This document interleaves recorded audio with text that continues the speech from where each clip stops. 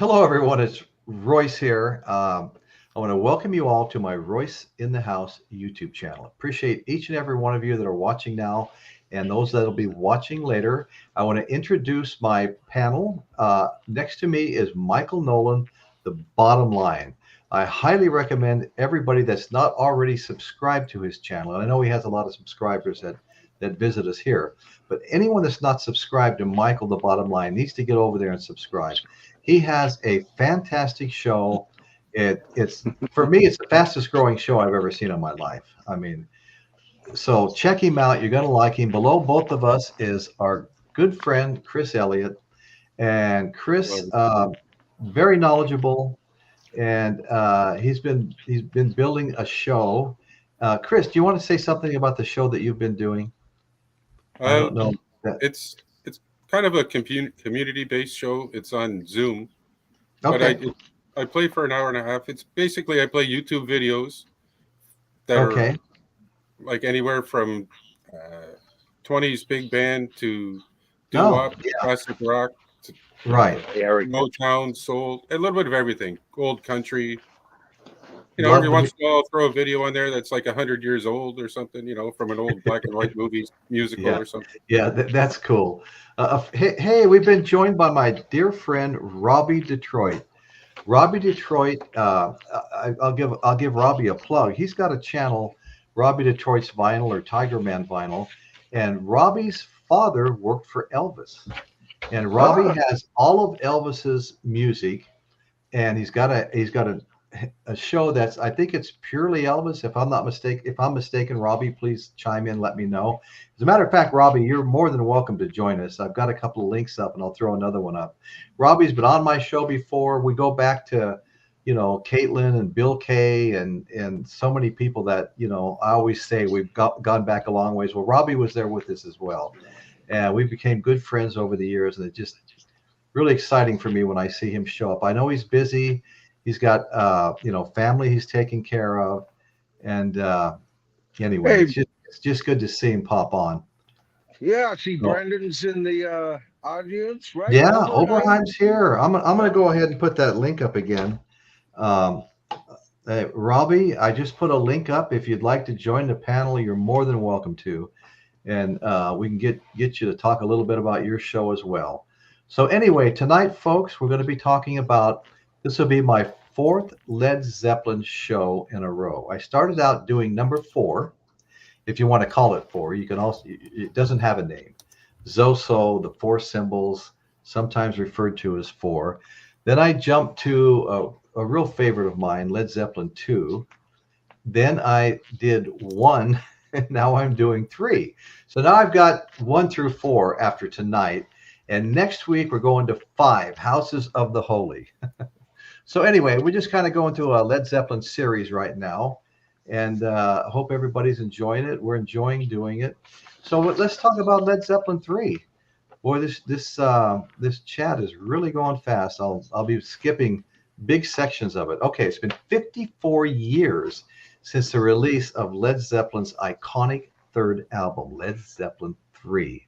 Now considered to be a staple album among the classic rock superstars. Okay, now considered to be a staple, but at the time the release sent shockwaves. We've talked about, Michael and I have talked about this before, across the music industry, and changed the world's perception of the band. Okay, Led Zeppelin broke the mold with their third release and faced some of their most harsh criticism to date. Although many critics were initially confused over the change in musical style and gave the album a mixed response, Led Zeppelin 3 has since been acknowledged as representing an important milestone in the band's history and a turning point in their music. Okay, 1969 had been a huge year for Led Zeppelin. Uh, you know, four American tours, five British and European tours, two albums released, one and two, Led Zeppelin one and two, and a huge single, Whole Lot of Love, which was gold in the US and actually number one in Germany. Okay, so that was like a huge year, and they needed some rest. So 1970 required an amount of time for recuperation and battery recharging. Robert Plant had spent a good deal of his childhood holidays in Wales and persuaded, let me see, Jimmy Page and a couple of the roadies to spend some time in the Snowdonia mountains, the cottage known as Bonnier R. There's actually a song, Bonnier R. Okay, Which and is not pronounced like that at all. okay, But none please, of us please, on yeah, the panel are going to be able to pronounce it for you. Somebody wrote in on one of my Zeppelin videos giving me the exact pronunciation, and I remembered it for 2 days, right? So in layman's terms, we'll call it Bronyo hour, but it's actually Bonnier R. it has a much more Okay. harsh uh, syllable sound to the whole thing, you know? And Okay. It's and those nutty Europeans in their pronunciations, yeah. spelling colors like COLOURS. Hey Royce, Okay. there's Well, actually yeah. 2 songs that are about Brownie York, though. There's Brownie York Stomp, and then Right. there's the acoustic Brownie York on Physical Graffiti. Yeah, Right. Stomp. Yeah, Stomp's on this one. Both Yeah. amazing. Both tracks Yeah. amazing. But yes, Well, Chris, you're right. Bronnier R is in Gwynedd. Some of these names are hard to pronounce, and had very basic facilities. No electricity, outside bathroom. So any creation would be strictly acoustic. Okay. So So they now had now to it's go all starting to out kind of through make the indoor to get to the outhouse, and then right. return through the indoor of the out. I wonder Yeah. where So they that, got the idea for that album title. okay, yeah, right. Okay, Robbie. Well, thanks for letting me know. Please join us sometime. But great to see you here in the chat, man. Yep. Always love your shows. Okay, thank you, Robbie. I really appreciate you saying so. Okay, so it wasn't intended to be a songwriting trip per se, but the experience proved to be a positive one for all concerned. Okay. I'll bet you 10 Uh, to 1 it was, and it was in Jimmy's mind the whole time. Every account I've ever read on that whole little trip, yeah. Jimmy just so happened to have a guitar around, so they weren't going fishing. Right. Yeah, And we've you know got. what? It was during either, at Bronyo Hour or at Headley that Jimmy and Robert wrote some of their very best music. Okay, so Yeah. there, Right. to me it adds a magic to the whole tale Yeah. of Right. Led Right. Zeppelin in general. But with this album, especially the way the album comes off, we talked about this as we were working up to this show in past episodes, and that was that Jimmy, this album, when it first came out, Jimmy had a vision, and critics loved it. The critics loved it.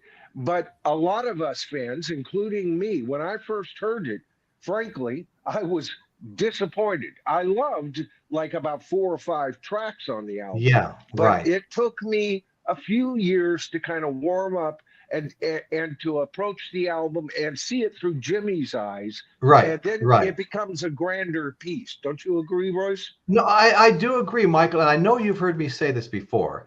I was a junior in high school when Led Zeppelin 1 and 2 came out. 1 didn't really have any singles. Right. Two exploded on the scene with a whole lot of love, and it was just a monster. And a lot of people weren't even aware of 1 until 2 came out.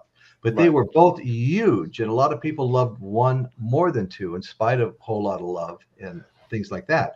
As a But matter of fact, I think where the album fell short, and Royce said later on we'll talk about possible song lineup for this album. oh That yeah, could have been well without yeah, changing any of the material. What could have been, and one of the problems with this album is when you hear the Immigrant song, first track, boom, first track.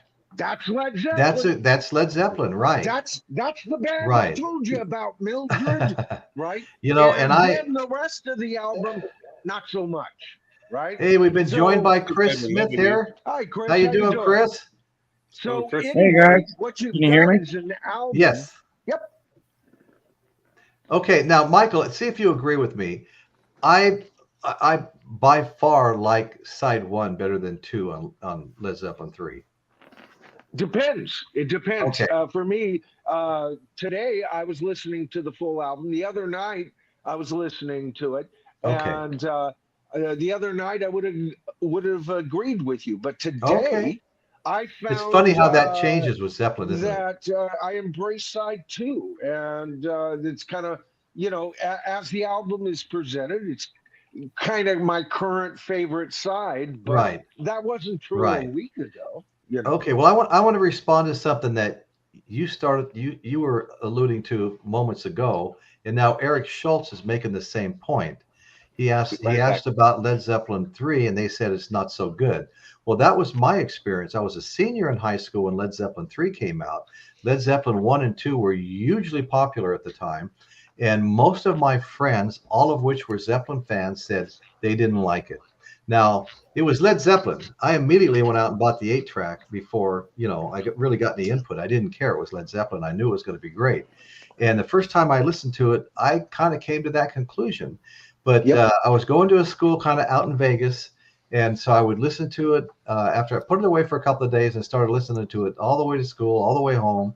Then later on, when you know how it was as a teenager, you go home to eat dinner, and then you go out and meet your friends again and stay out as late as you can possibly get away with. But anyway, and we listened to it a lot, and it was in no time at all, I became a fan of it and put all that other stuff behind me, and all those earlier thoughts behind me. But Right. it was different, and it did take a little bit of work to get there. Yep. Yep. And I agree. yeah. Okay. So Chris, how are you? Which one? No, Chris Smith, how are you? I'm fine. Okay. Glad Yeah. to meet you again, sir.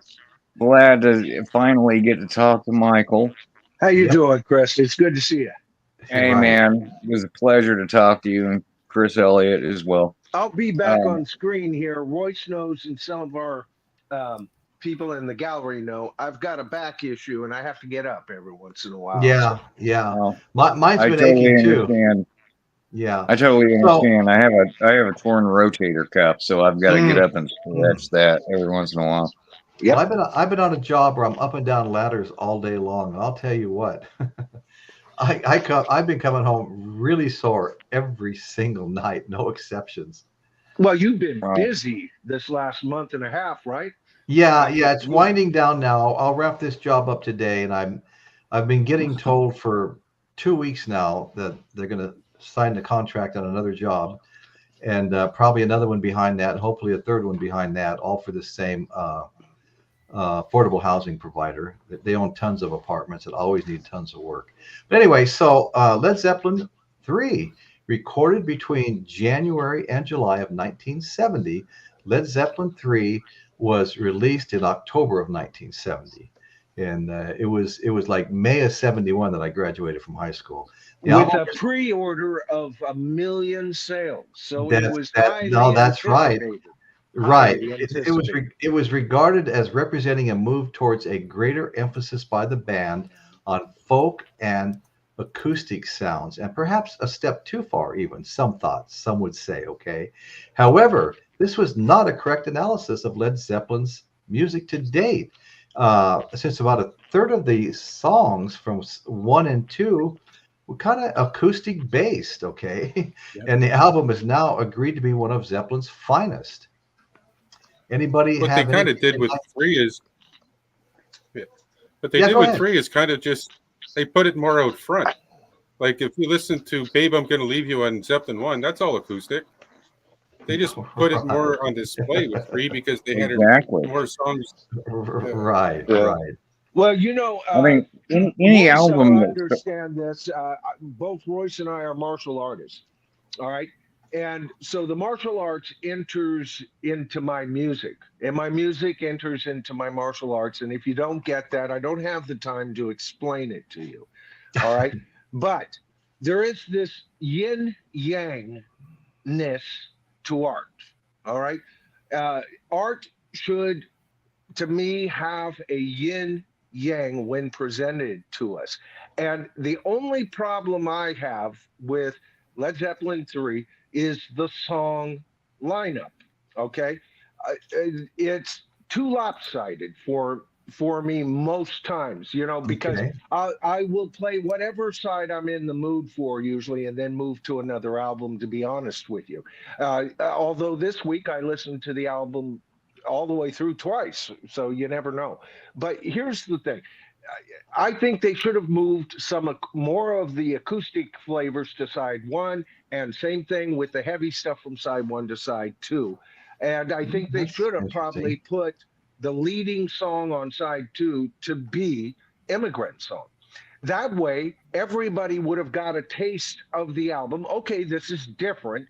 And then, bam, oh, but they're still there, and that and another heavier song, and maybe inside one with the very last track, because the Yeah, that's industry will interesting. tell you the last track. I think they made a mistake with the last track.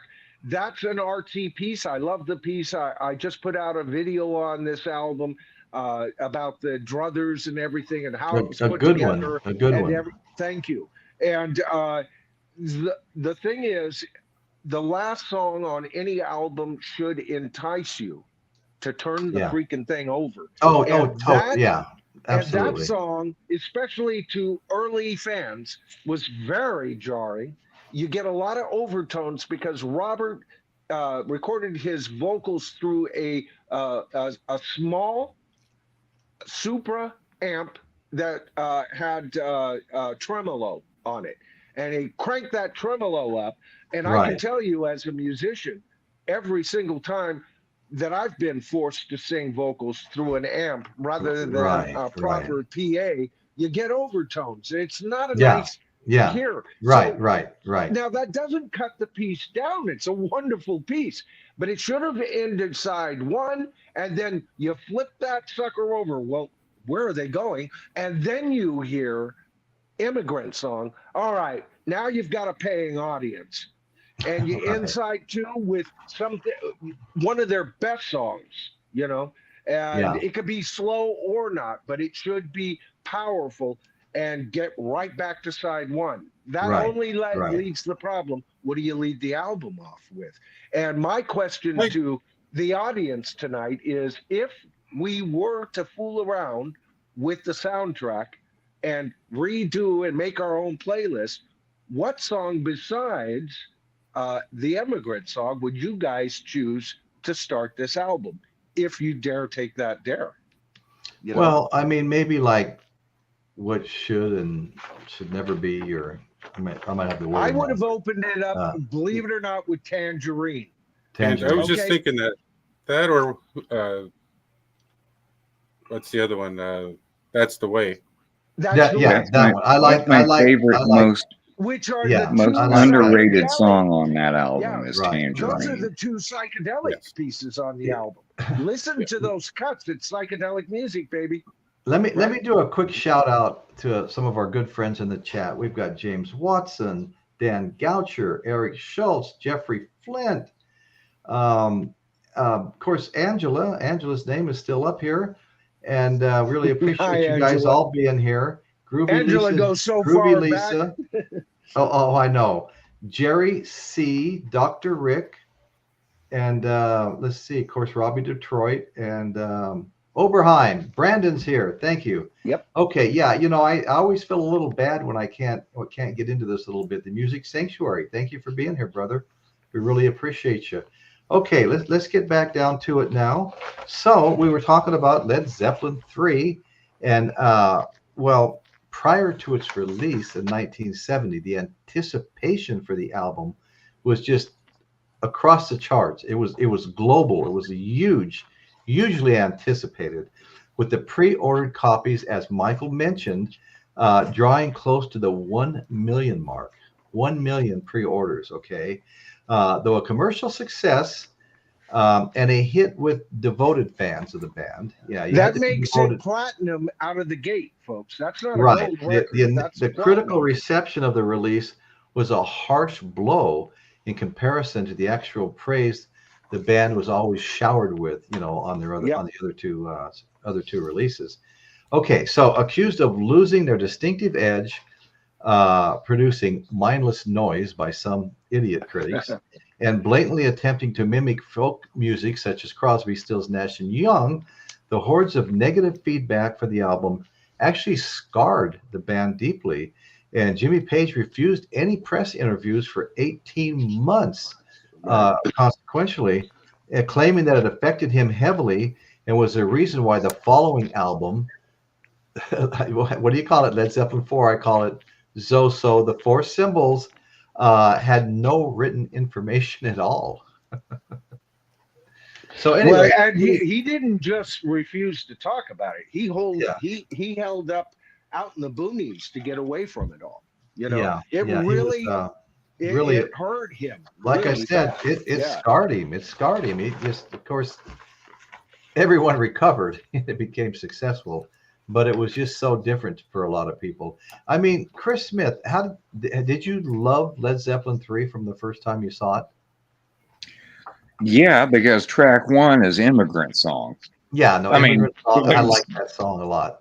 Seriously, how can you have a bad album? They could have had nothing but crap on the rest of the album as long as Immigrant Song was number 1. I mean, that was the perfect opener. You know, it is one of their goldies. Yeah, and the whole entire first side, love it. The entire second side, love it, but with the exception of Hats Off to Roy Harper. Yeah, I wasn't impressed with that either. I think that could have been something that they would have been, you know, better off putting on, like maybe Coda or some sort of a, you know, lost, like Traveling Riverside Blues kind of thing, you know. Yeah.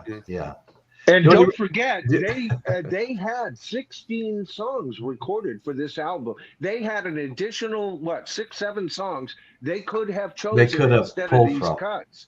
And some of those songs showed up on later albums. So I wonder if any showed up on Coda. The reason I laughed a minute ago, I popped Dan Goucher's comment up. Hats off to Zeppelin for making 3 weird. Yeah, I thought that was. You know what? I think that song doesn't get. It's not a bad song. I don't mind it. I think the best way to do that album would be personally to keep that as a second last song and put Out on the Tiles as the final song. This way you have Immigrant Song and then Out on the Tiles wrapping it up. And that would give it more of the, okay, I can turn this over and listen to it again. Now that's an interesting lineup change there, Chris. I like that. Yeah. So do I. And then you have your hardest songs opening it up and closing really good, Chris. Yeah. Pardon me? Okay. I said it would just give like 2 of your harder songs opening and closing for that. Yeah. That'd be a great Since idea. I've Been Loving You, the end of side 1. Oh, yeah. perfect. Since I've Been Loving You, Eric Schultz is saying reminds him of Janis Joplin. When Robert Plant elevates his emotion and volume, he expresses the blues emotion. Yeah. I love that comment. That's a great comment. I do too. Very good. Okay. Very good. Okay, so let's see. So anyway, it's likely that the success of Whole Lotta Love was felt to define the essence of the band, a misapprehension which Zeppelin was able to survive and disprove from Led Zeppelin 3 forward. But it sure defined that Led Zeppelin, you know. Totally. It's like, you want to know what heavy Led Zeppelin is about? A Whole Lotta Love. Go right there. You know, there's no mixing it with a ballad and then it gets heavy. You know, it's just heavy, freaking zipper-like effects. Another song that is totally psychedelic. You know. Well, you know, as significant as the band's introduction of acoustic sections of their shows, as acoustic on their live shows, some 40 minutes into Zeppelin's Bath Festival show of in June '70, Zeppelin performed acoustically on stage in the UK for the first time ever, and this was to become a standard feature of their shows. Even though some audiences found it difficult to keep quiet for the duration. That kind of reminds me of my very first being quiet during, something kind of quieter. When my very first Rolling Stones show was at the Long I Beach. agree, Eric. That's a good idea. Sorry, At the Roy. no, it's okay. At the Long Beach Arena, I went to see the Rolling Stones during the Exile on Main Street tour. Okay, and opening for them was another great artist that I was a fan of, Stevie Wonder. I was listening to Stevie Wonder songs in 64, 5, 6. And I loved everything he ever did. But you know what? The crowd was there to see the Rolling Stones. I mean, it was 1972. Everybody had long hair, all a bunch of party animals, and everybody in there was stoned. But you know what? Uh, Stevie Wonder couldn't get a break. The crowd, they never dimmed the lights. People never sat down. People were noisy. And finally, after about seven, 8 songs, he goes, "Hey, thank you. I'm going to get out of here and let you see the band you came to see." And this talk about, people not being able to sit through the acoustic sections of even Led Zeppelin's music just kind of reminded me of that experience. You know what? In the talk, they're talking about the album cover. There it is. Yes, right. And it's the album cover that morphs. Oh, I know. It's I got know. the wheel. It's got the wheel. Yeah. It's got the wheel, So- and like you said, I was going to pull this out eventually because I think saw this is that it brilliant was when brought you up. consider the music. The music's very fluid. So is the album cover. So all those little windows wonderful. change every time you slide this. So no, that's a really cool feature. Not a cheap album cover to produce either. No, somebody Ooh. mentioned in the chat that they almost tried to one up it with physical graffiti, but I don't think they quite made it. But, No. Oh yeah, I know what you with the windows. There's a Yeah, similar like with the window slots and idea. being able to change. yeah, Yeah. yeah. That one's hard to put back together once you start pulling those out. Yeah, you can wind up with a lot of blank windows, huh? I know. Right. Yeah, that's Yeah. right. It's possible to get all blank windows if you do it right. But you know what? The brilliance of that album was the music. And I think it was great because the windows to me always represented different times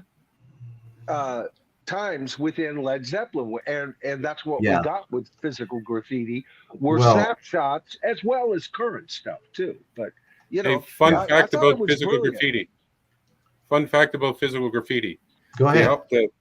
The building that they pictured for that is the same building that they used in the Rolling Stone "Waiting for a Friend" video. Oh yeah, no, I always loved that Rolling Stones song. Yeah. Oh Yeah, yeah. that's a My great. buddy, That's when My they're buddy- sitting on the outside in the. Yeah, go ahead, Chris Smith. Yeah. well, Okay. my buddy, that was a lifelong friend of mine that lost his battle with renal failure. He ran lights for many of my bands, and he actually went to New York to get his picture taken in front of that building. Yeah. Wow. Of course, Well, it didn't say yeah, physical no, graffiti, and yeah, it looked, no, I and it know. looked a Yeah, whole lot crappier. yeah. If I was anywhere near, I'd go get my picture taken there. yeah, it was Well, like, hey, you mentioned your friend, and I just found out this morning that a friend of mine, and some of you guys have heard me talk about our Harley Davidson rides to Laughlin and different places we went. Well, he was always on all of them, and he always got all the reserved stuff. When you went with him, you got to park underneath the canopy with guards watching your motorcycles. You got front row seats to any concert. He liked to play the slot machines, and when you went with him, you stayed in a suite. I just found out that he died Friday. Yeah. And it was I was a little bit shocked. I'd been told that he'd been sick, but I asked him about it, and he said, "Well, no, I had a little bit of this, but it's over now." Apparently, he had prostate cancer, and he never had the operation, and didn't go back for a couple of years either. And finally, Dave was a big guy. I would say on average, he would be in the high 200s. He was a big guy, and He was 120 pounds when he died. Yeah. Yeah. So anyway, I was still that kind of really affected me today, even though we hadn't really hung out in a number of years. It really did. It affected me today. And I'm going to put another link up here because we've got novice Nick out there. Yeah, bring him up. And Nick, hey, novice Get Nick, on up here, I just put a Nicholas. You link were up. giving me a hard time last And- week. And you, All right? you are in demand, Nick. You are in demand. Okay, so Get your Led hiney up Zeppelin here. 3, Mark. Get your Mark green screen going. Come on, buddy. Right. Led Zeppelin 3 actually, it was an introduction to another place that was the large loom in Zeppelin's creative process, Headley Grange. Now, is it Headley or Headley? I said it wrong last week. Headley I've Grange. always said Headley, but I don't. Okay. Like I'll we go with talked about Headley. this I mean, we're earlier, talking you never know. HEAD. That is head. So Yeah. Headley Headley. Grange Headley in, Lamar. in Hampshire, UK. Headley Lamar. It's Headley. According to Dave Lewis, it was There's a Zeppelin's. movie you couldn't make today. No, absolutely not. That's my number one favorite movie of all Oh time. God, it's It brilliant. was kind of Brilliant. Zeppelin's office, and it was 18th century workhouse in Headley in Hampshire, which was popular with rock bands for rehearsals and trying tracks out prior to recording, mainly because it was far enough from the neighbors to avoid complaints. Okay. The Zeppelin, with the attitude of capturing the band's collective strength live in the studio as much as possible, took it to a stage further and decamped there with the Rolling Stones mobile studio. And we have been joined by the one, the only novice, the Nick. Oh, hey, folks. Hey, Hello, Everybody. Nick. hey, Well, look who decided to show up this week. Hey, I beat you, Yeah. brother. Eric Schultz. Yeah. Thank you. I'm moving slow today. Oh yeah, I've been me moving too. slow for a couple of weeks now, but I'm doing the best I can, kind of getting a lot done. Not according to my wife. I'm not getting anything. Well, yeah. Good because luck with that. Good luck with that for sure. Okay. So we've lost one person, and who's at an empty window here? What happened? Me, I'm here. Well, I'm here. Oh, okay. So we lost Chris. Yeah, I don't know what's going Oh, on. there we go. He's popping back. back up, maybe. let me see if There I he can. is. Okay, good. Yeah, we don't want to lose anybody. So, novice Nick, are you a fan of Led Zeppelin 3, and have you ever been not a fan of it?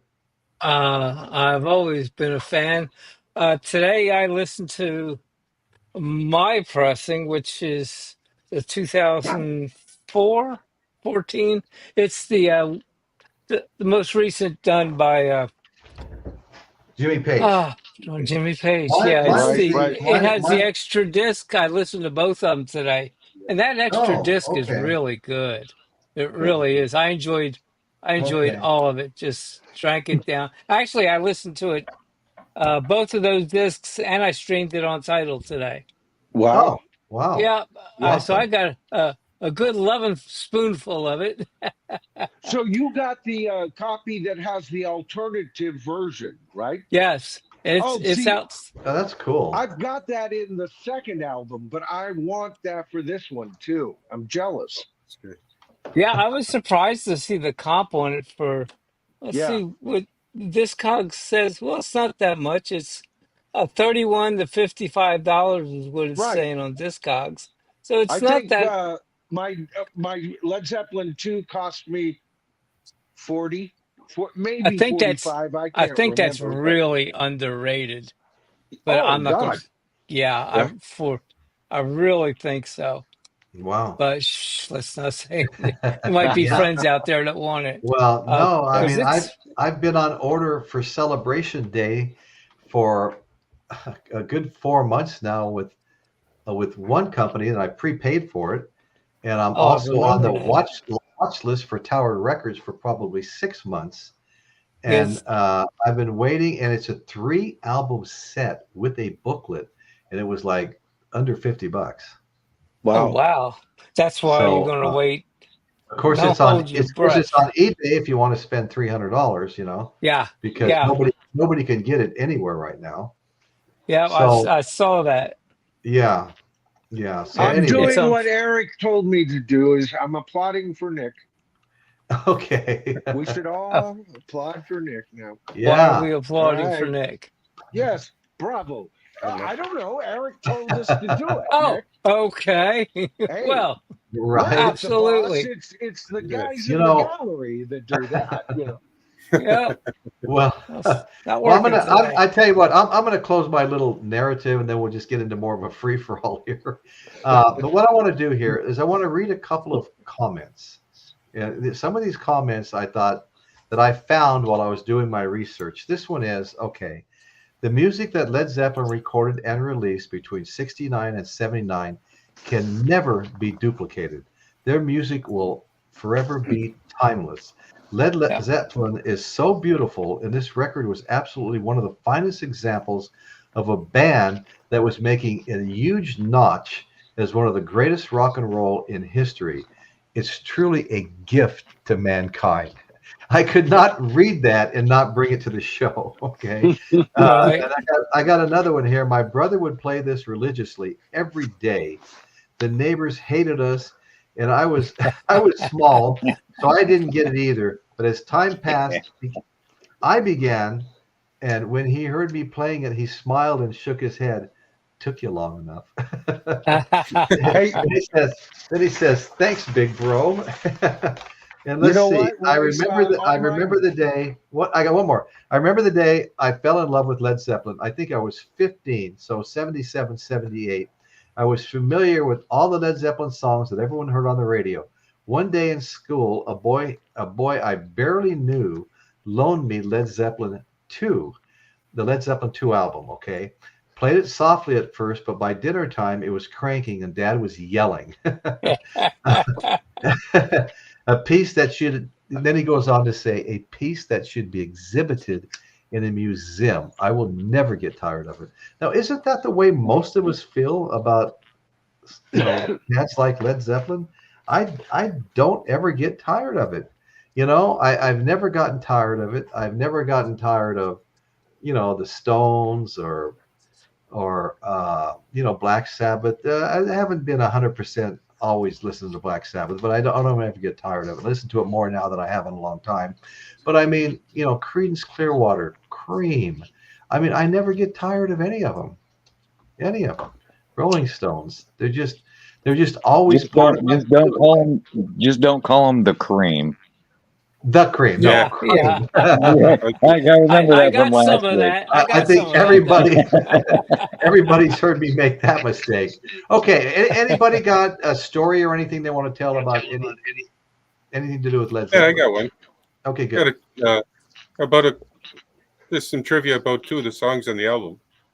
The song "Out on the Tiles," how it got its name is not so flattering to Bonzo, but after they were done the recording sessions and everything, Bonzo passed out on the floors, so they named it "Out on the Tiles." And then something for listening to when you're listening to the album, the bass drum on "Since I've Been Loving You," it's got a little squeak to it. If you listen closely, you can hear it. Every time Bonzo hits the bass drum, you'll hear a little squeak. So Yeah, it that like makes to drive me Wow. crazy. yeah. I had to turn down the volume and turn it back up. I said, I don't remember that because it'd been a while. I was like, well, it's in the recording. Now, yeah. do you Yeah, but guys at least the squeak hit all the offbeats. Yeah. do you guys know Immigrant Song well enough to where right before Robert starts singing, so now you better stop, he goes, so now you better stop. He it's like it's either a mistiming or it's either a moment of genius or a little brain fart. I don't care, but it's perfect, and that's why Which I'm glad it's which not track? quantized. Immigrant Song. Right? When he goes, Immigrant Song. now you better stop rigging all you ruin. Well, if you listen to it really close, you can hear him go, so now you better stop. Yeah. Right. I never know. No, I just saw a video of that actually, Chris, and that's a true story. They held it off, and it works though. Yeah. He just doesn't sing the song the that portion like he did earlier in the cut, and Yeah. somehow it's perfect. It's just Yeah. perfect. Yeah. Yeah. I want to quickly say hi here to my good friend Gringo Pines and also Foxo Chaka, another good friend. Thank you guys for joining. I haven't seen don't see you guys on every show, but whenever you're here, Good to I see you really both, appreciate yeah. it. Yeah, and we have Caitlin Stoddard has finally joined us. I know she's very busy, and Caitlin Stoddard has her own podcast, live chat and everything just like this, runs twice a week. And it's Caitlin's Magical Corner. Check her out. She's fun and entertaining. You'll love it. I always got to say that because it's all true. I wouldn't say it if it wasn't true. Yeah. Of course, Groovy Lisa has her own channel too, and she does a really good job. So anyway, I'm just catching up a little bit with my friends in the chat. Sure. Something that's really hard to do when I'm talking, going through my little early show narrative and stuff like that. I finally get an opportunity now to catch up a little bit. So anyway, I've been enjoying going through the Led Zeppelin series. I went through it's been a long time now, but I went through a Beatles series where I covered a whole bunch of the Beatles albums, and I had fun doing that, and people responded well to them. And every once in a while, I'll kind of go through a series, and we will be doing. The next one, which is we'll be doing Houses of the Holy. We'll go from Houses of the Nice. Holy to physical graffiti to presence, and I just want to hit them all. And we may even throw some other Can't lift it any higher. other things in. Like the song remains the same. We could throw that in, and there's some other things we could throw in as well. So anyway, we'll see how it all shakes out. As long as people are still watching it and they're getting decent views, if My they're fork's not, in the bathroom. I may have to come back to them later. It's clean. Oh, thanks. Jerry C. In my That's okay. opinion, so much of today's music and production sounds too much alike versus the 70s and other eras where there were distinct differences between the band sounds. Or am I just getting too damn old? No, Jerry, I agree with that 100%. You're correct. Does everybody agree with that? Yeah. I mean, Yeah. everybody was really distinctive back in the day, Thank you, baby. I have another thing about this song, Hats Off to Roy Harper. One of the reasons, from what I've heard, I don't know if I agree with it fully, but the reason they put that album on there as a tribute to Roy Harper is because Jimmy Page had just, and I think another member, I think maybe Bonham, had just got done recording an album with Roy Harper. So maybe it was kind of just to throw some attention out for that. That could be. That's it. That's an interesting conversation. Yeah. Yeah. Come on here, dear boy. Have a cigar. You're going to go far. Angela mentioned a little bit earlier in the chat that the Experience Hendrix concert is, back out, and she just got tickets for it. So I saw that. Well, there's different versions of it. They had one a few years ago, and now it's back again. And prior to the one I went to twice, they had one a couple of years before that. And what an all-star lineup, all playing Hendrix songs. I actually stated for some time that was the greatest concert I'd ever seen. It was just that good. I mean, Wow, nice. Yeah, no, it was a lot of fun. Yeah, it was a lot of fun. It's back out again. I think it's going to hit somewhere here in California. I did see it somewhere. I don't know if I'll be going this time. I saw it twice in 1 year. Arlington Theater in Santa Barbara, and then at the Blues Festival in Avila Beach here. And the lineup would change just a little bit each time. You'd have Kenny Wade Shepherd and Johnny Lang, and then you'd have a guitar player for Aerosmith. You'd have Buddy Guy.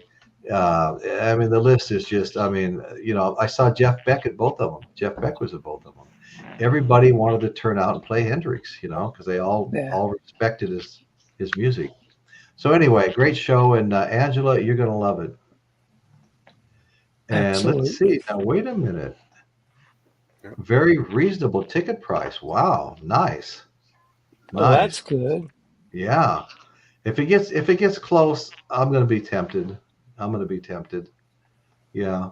One of my favorite little things that happened at the one in Santa Barbara was Ernie Isley, whose dad was one of the Isley brothers that Jimi Hendrix played with, and lived at their house for a few years. Ernie Isley got up, and it was going to be his turn to play some Hendrix song, and he goes, Jimi Hendrix lived with me, and he was in my dad's band. And I was like, wow, I never heard this before. And he goes, and he gave me lessons. He taught me how to play guitar. I was like, wow, I've never heard that before either. And if you look up Ernie Isley, he's got quite a reputation now, Wow. and he's really well known. If you do a search for Ernie Isley, guitar player, yeah, there'll be a whole lot of stuff to see. He's very well respected now. But man, he started playing. He sounded just like Jimi Hendrix. I was just blown away. But I just thought that was a fun little story. But anyway, back to Zeppelin. Back to Zeppelin. So, like I said, Houses of the Holy next week. Led Zeppelin one. All the Led Zeppelin shows are doing well. One of them's hit 500 views. The rest are all in the 400s. Some close to 500. So far, people are responding well, and as long as people want to watch them, we'll keep going through it. If it Yeah. really slows down, we might just have to take a break for a few months and come back and do a few. you know. So Nick, what have you been doing with yourself? Oh, outside of work, I've been listening to music, cleaning records, just living the dream, running the restaurant, same old. Yeah, I, yeah. I wanted to mention out of all the Zeppelin albums I have, this is the only one I have one of, which blows my mind. I mean, Houses of the Holy that we're doing next week. One, two, three, four, five, six copies of it. I think I might No, like that. Yeah, but this, you've I got mean. me. No, no, I'm not. I'm not kidding. Unfortunately, but I could. I looked. Wow. I started looking when I saw that we were doing this album. I'm like, how do I have only one and I don't have an original? I was like, I got to rectify that somehow. Yeah. So, Somehow. but yeah, Oh I mean, man, the this. originals are hard to come by. I'm telling Yeah, you. yeah. When I looked, I said, well, maybe I won't be getting an original because I looked it up. They're going. They start at 500 and go to 2,500. I was Yeah. like, what? Wow. Yeah. I like, this isn't a two, this is a three, and like that's what it has on Discogs. I was like, Wow. well, I'm so glad That's my copy incredible. is a very clean copy. It's actually Yeah. spotless, so I'm thrilled Right. about that. But yeah, absolutely, thoroughly enjoyed playing it today. It was nonstop fun. Like I said, I listened to it in two different formats and Wow. enjoyed it thoroughly. Yeah, The it's fun. companion disc, as you mentioned, Nick, is really good, eh? The what? Like the companion disc is really good, eh? Oh yeah, I thoroughly enjoy. I was Oh, John thinking to I Van. love myself, it. is this better than the original than the other one? I mean, Yeah. So Well, some of them were a little different, some of them were more different. And I was like, yeah. this is really good, and I Yeah. just wow. jammed all the way through it. I'm like, well, that wasn't a wasted disc. It was really nice. Yeah. So, Well, Yeah. of Jimmy course, gets a lot of I've got it on digital, Nick. So I'm very familiar with the mixes. I love them, but right. I want them on vinyl now. Aren't I they? know. Do I you know. agree? They're very good. Oh yeah, Oh, I The love the, them. I the you know companion what? disc. For 2 years, that's all I played in my truck when I drove anywhere was the alternative mixes. Oh I wow. Okay. love them. Yeah. I Yeah. think they're brilliant. I'm a Yeah. fan. I know there's some Uh, people that aren't, but I love. Oh God, we have that. Oh yeah. yeah. I've heard a lot of people give Jimmy a bunch of crap about his mastering, and maybe there's better job can be done.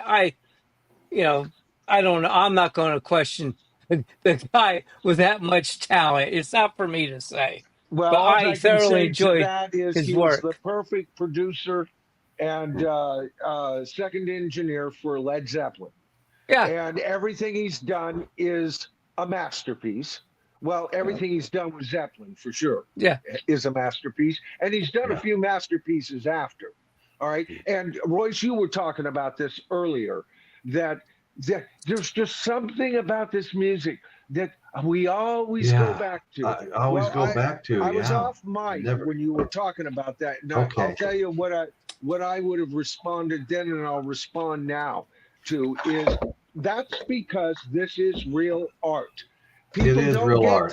Thank tired you. of going to see the Mona Lisa if the Mona Lisa is their kind of art. People right. still want to see the statue of David. Everybody wants to go see the Great Pyramid, right? Right. And Right. every freaking buddy wants to listen to classic rock because you know what? Someone else on the panel, I forget which one of you guys brought it up about today's music sounding like the same old, same old, same old. Do you know how many videos I've done on just that problem? All right. There Yeah. is no Other creativity like it was then, where you have Country Joe and the Fish, then Jimi Hendrix, and then the Yardbirds, then the Right. freaking Beatles and the Stones nipping at their tail. Nobody, there is nothing on the scene right now that even hints No, at that. no. So when you look Not at even it, close. when you look at it through those eyes, I'm all dressed in black tonight, folks. As far as the Rock and human, roll is dead, as but far as the, it Not lives classic rock. on as a art piece, a masterful art Yes. piece, and it is its own museum. Like All like right. I said, that comment I read, they belong in a museum. Exactly. That's Hey, to right. go But back to touch on Nick, what you're saying about the Led Zeppelin reissues and the companion discs. If you yeah, get the Coda reissue, the third companion disc, it has a song from Zeppelin III, and 4 sticks, but they recorded it with the Bombay Orchestra. yeah. I mean, that's really? really cool. Of Friends Yeah. and 4 sticks, really cool versions of it. And Wow. Yeah, talk about I do have it. hinting at That's the on. future there, Chris. That's Yeah. on. You know? Yeah, that's disc. That's disc 4. No, disc 3, side E2. Yep, that's the Bombay Orchestra. Friends. Yeah. Yep. Yeah, that's Yeah, a great it's. version of it. I That's got the great. whole set as they came out. I Okay, so said did I. that's money well spent. How can you go For sure. wrong? I think at this point in rock and roll that the human creativity in the way society is rolling in so many different things that inject into the artistic ability of our species is being killed ever so slowly. You know, Yeah, well, that's I what was reading an wishful article. thinking does to you, you know? Yeah, When you It I was makes reading an sense. article on cursive writing, You're and right. it's not about so much the writing itself, but the thought in which you have to use in order to create it and put it on paper that is so important, and the actual physical manipulation of doing it. Your brain has to figure out these things and be creative to do it. And so much of it's not done when you're just rattling off whatever's at the top of your head. Well, You're not thinking ahead and you critically know, thinking. Well, just try and find a Gen Zer that can read cursive. well, I Yeah. was just going to say, Yeah. Nick, you brought up a really good point because from what I'm seeing, other than your signature, no one's even using it anymore. I don't even think they require it in schools anymore. I did hear that they're bringing it back, Royce. Oh, They That's need yeah. to. Okay. One of the so craziest things I couldn't wrap my head around was in schools across the nation, and we're talking about where do you learn to read a clock? It should be at home with mom and dad. you But damn right. but if the teacher has to teach it, okay, there's a wall on the clock, a clock on the wall in every classroom. They have torn down analog clocks and Right. replaced them with digital. Digital. Isn't that called a school of learning? Why aren't you teaching in a school of learning? It's We not all about know the it's answer to that, Nick. that's It's the because obvious indoctrination. It's we because need. the entire school system is run by wishful thinkers. Well, why don't we Okay. push them to teach? And it just doesn't make. And it's not about teaching. It's that obvious. It's that simple. If you can't teach them in 10 minutes how to read a clock on the wall, that it's not critical thinking. It's the basis. Yeah. Okay, if you can't Yeah, teach them that, you can't teach that's anything else. interesting. If you're Well, that lazy and yeah, can't take the time, and the other side of that coin, and I'm not pooping on teachers, is I am. parents are lazy. No, Yeah. parents are lazy. Well, They are that, not doing anything for their child either. right.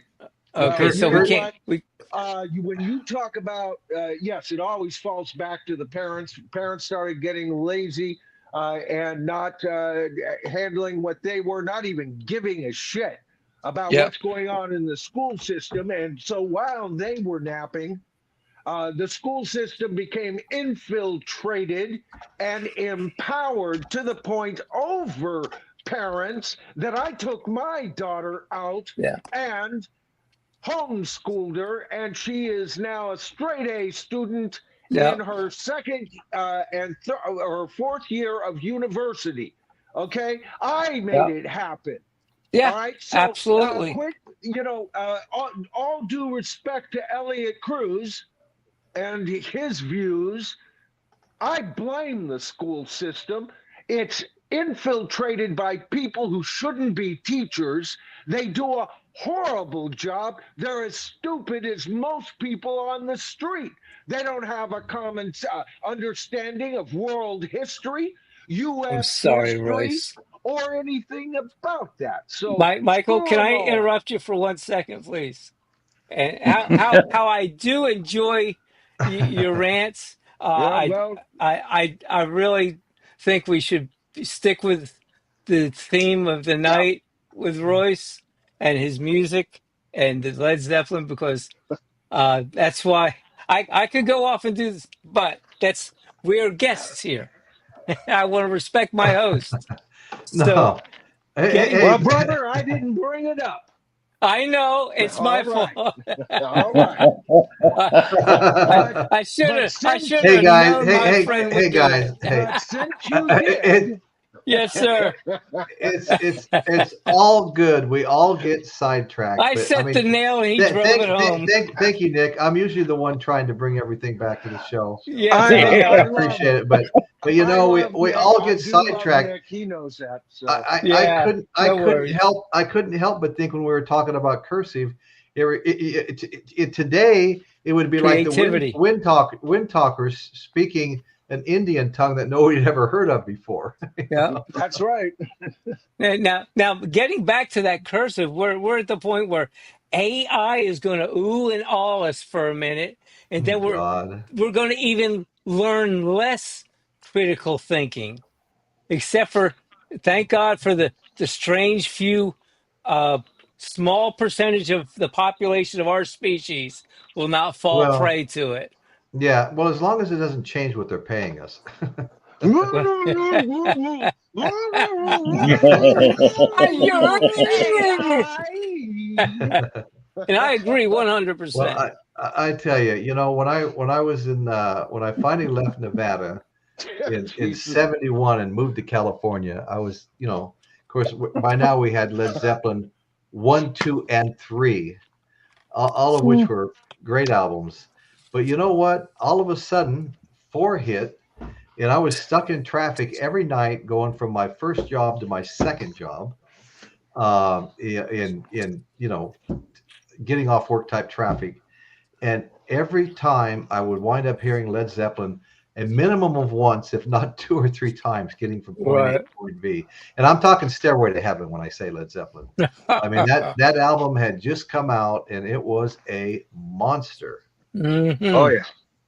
Oh yeah. Yeah, it was big. As Yeah. a matter of fact, I didn't have the tape with me. I'd play it all the time when I was at home, but I listened to FM. I drove for a living. I was a courier for Wells Fargo, Oh, okay. and So I had FM, and you'd hear a whole lot from the album that way. Yeah. Even Right. so, Yeah. Right. yeah. Right. You know, about once a year, I will plan a weekend where I will set my room up for acoustic perfection as good as I can. I will Okay. heat the tubes up for a minimum 12 hours. I No will get my kidding. lineup of records, all of our favorites that they beat the living snot out of on the radio, and the ones that were cut short. Just most of them were almost a full side, and I will drop them one after another and listen to them for about 8 hours, and Wow. just sit there with this That's big incredible. grin from literally from ear to ear, because you have to do it, and you say, okay, I didn't beat the hell out of it, but I got to hear it in all of its glory, and I'll remember that for a little while, maybe well, 6 months to 8 months well, before I do it again. Yep. you've got a system, Nick, that is I couldn't even describe again. Oh, Yeah, you have like the most oh yeah. incredible stereo system I've Uh, ever heard of. I'm fortunate. It's not a $1 gazillion system, but I am happy, and the missus Oh is yeah, happy. She that's she great. does enjoy the music, absolutely. Yeah. I So think this comic by Eric Schultz is pretty cool. George Carlin spoke about the big shots wanting people just smart enough to operate the machines, but not have any critical thinking skills to Yeah. analyze and ask the right questions about Great things. point, Eric. well, he's Yeah, it good, really except is. Yeah. it's good, except for we're at the point now where automation doesn't need us. They Hmm. just need somebody to create the And machine. we're also at the point where the AI, they Yeah, write a song like Pink Floyd, yeah. make it sound Oh, like this, and it will be quantized, and it will be auto tuned to death. And Hmm. the person that's not a Pink Floyd freak like me, they will listen to that and be like, "That sounds like Pink Floyd." Yeah. so You know, what it's the two of you are actually saying here? Let me get this all together here. So you've got AI designed to replace and anticipate people's needs that now is empowered to legally steal yes, from classic bands such as Bon Jovi, REM, who wrote an open letter about this. And now it's legal for what should be a slave, and a slave that should never be emancipated. Did he say that? Yes, I did. And give it the power to steal from its masters? Where's the whipping post, Wilma? Yeah. All right. What Right. the hell is this good all about? Lord, it feels like I'm dying. Lord, I'm healed. Big Brother is Yeah, here to you save know Yeah. me. what? Oh, There's no telling where it's going to take us. Um, I not can't anywhere even good, can't boys. imagine not even 150 years forward, 20 years. Where are we going to No, be in it's 20 going years? to be 10, Try, and it's going to yeah, be a world you won't I recognize. agree, Nick. Yeah, Try 10. yeah, right. And Give it it's a not going to decade. be pretty. It'll be And fine. It'll be fine for those in power. And the yeah, rest Yeah, of and us yeah, there's poor just right, schmucks. right. too many people interested in giving up their civil liberties. Yeah, it's For the first always time yeah, in in America's history, really, if you think about it. There's always been civil unrest, great divides between the left and the right. That's not what I'm talking about. We've got a mindset that we're just so willing to just give away what it should be inalienable. yeah, And Wasn't fought that for. concerns me more than anything else. Not what side's right or wrong necessarily, but it's like, when you hear a candidate, whoever it is, all right, I'm not going to mention either side or anything, and they talk about doing it for you. Let me cure your ills. That's an automatron, folks, and it's wishful thinking to think that that fool, whoever that be, you guys make up your minds. I'm not picking on either side. Whoever that Yeah. fool is, gonna get you a whole lot of trouble, folks. All right. One point to be made, and I'll be done. The rat's not smart enough to ask why the cheese is free. Good point. Oh, Nick, I love having you up here. I mean, right? Don't trust the florist when he tells you the roses are free. Yeah. Yeah. That about ends that conversation. Oh, Dr. Rick, you know what else is Dr. Rick, beautiful that's a about good music point. that is just incredible? I don't know how to produce any of it, but I sure love the hell out of it. I love it Absolutely. too. Isn't that a beautiful thing? And I've never been able to really produce any of it very well. I can But count my hands, stat my feet, but I can't make my music. mother, who was had to come live with us for her last 5 years, she liked it. Yeah. She was used to my Whether she younger. knew it or not. She was used to my younger brother and his son, who were great musicians. She liked what, Royce? When I would play the guitar and sing to her. Oh yeah. Oh God. You Oh, know what? absolutely. My mother-in-law, who lives with us, right? Call her mom. She loves it when I play guitar and stuff, and she loves rock and roll. She's 93. Right. God bless you. Right. Right on. Yeah, that's great. Well, I know one thing, like what I've learned from the program that I host and whatever is one thing about music. It's if you get good enough music, it stands the test of time, and it has such a magical power that I've noticed, like some of the people. I mean, before I had more people at the show, but you can see people that they're irritated or something when they first join and everything. Yeah. After a few songs, and usually I'll try to get to know my audience, and I'll try and play something that I know they like, and just even by say the first chord is over and this, like you can see them instantly light up. The energy comes back, and that's that. I think to go along with what you said, Nick, I think that is the best thing about music. Music is the best invention in the history of mankind. I've said it before. I think it's the closest thing to real magic.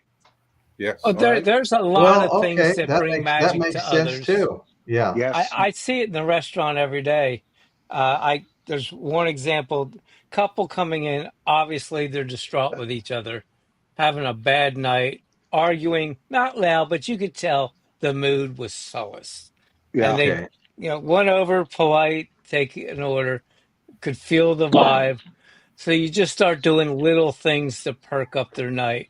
Just the Yeah. little extra special attention. And like, oh, well, Right. that was nice. And all of a sudden it's like, well, how does this person care so much? We're total strangers. And we're not caring for each other half that much.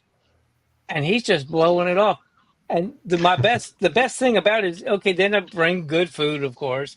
And by the end of the night, they're talking, they're having a good time, they're interacting, and they're smiling.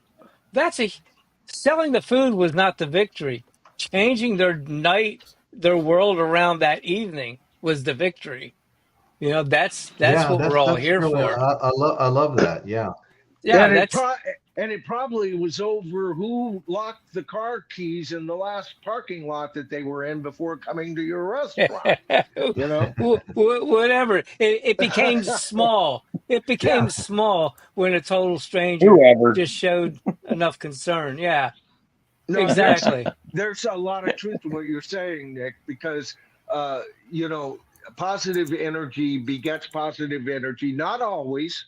Yeah, You got to be careful of the dangerous fools out there, right? yeah. There's those. Yeah. And be ready to defend yourself with extreme prejudice, if Well, needed be. But don't be an instigator right, ever, and right. give the chance and even back down Oh, absolutely. before it reaches that climax. And then if you've got a real gorilla on the line, you sink his jaw into the wherever you got to go. So I mean that's been my philosophy: is don't start it, just end it. You know. Well, you'll get There old you like go. me one day, and you'll learn to get a lot more tactful. Well, I'll be 70 But in about 4 months. Nick, is that old enough?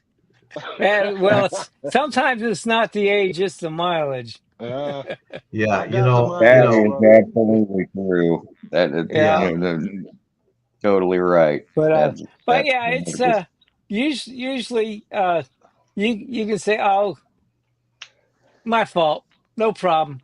You know, Yeah, I'll catch you later.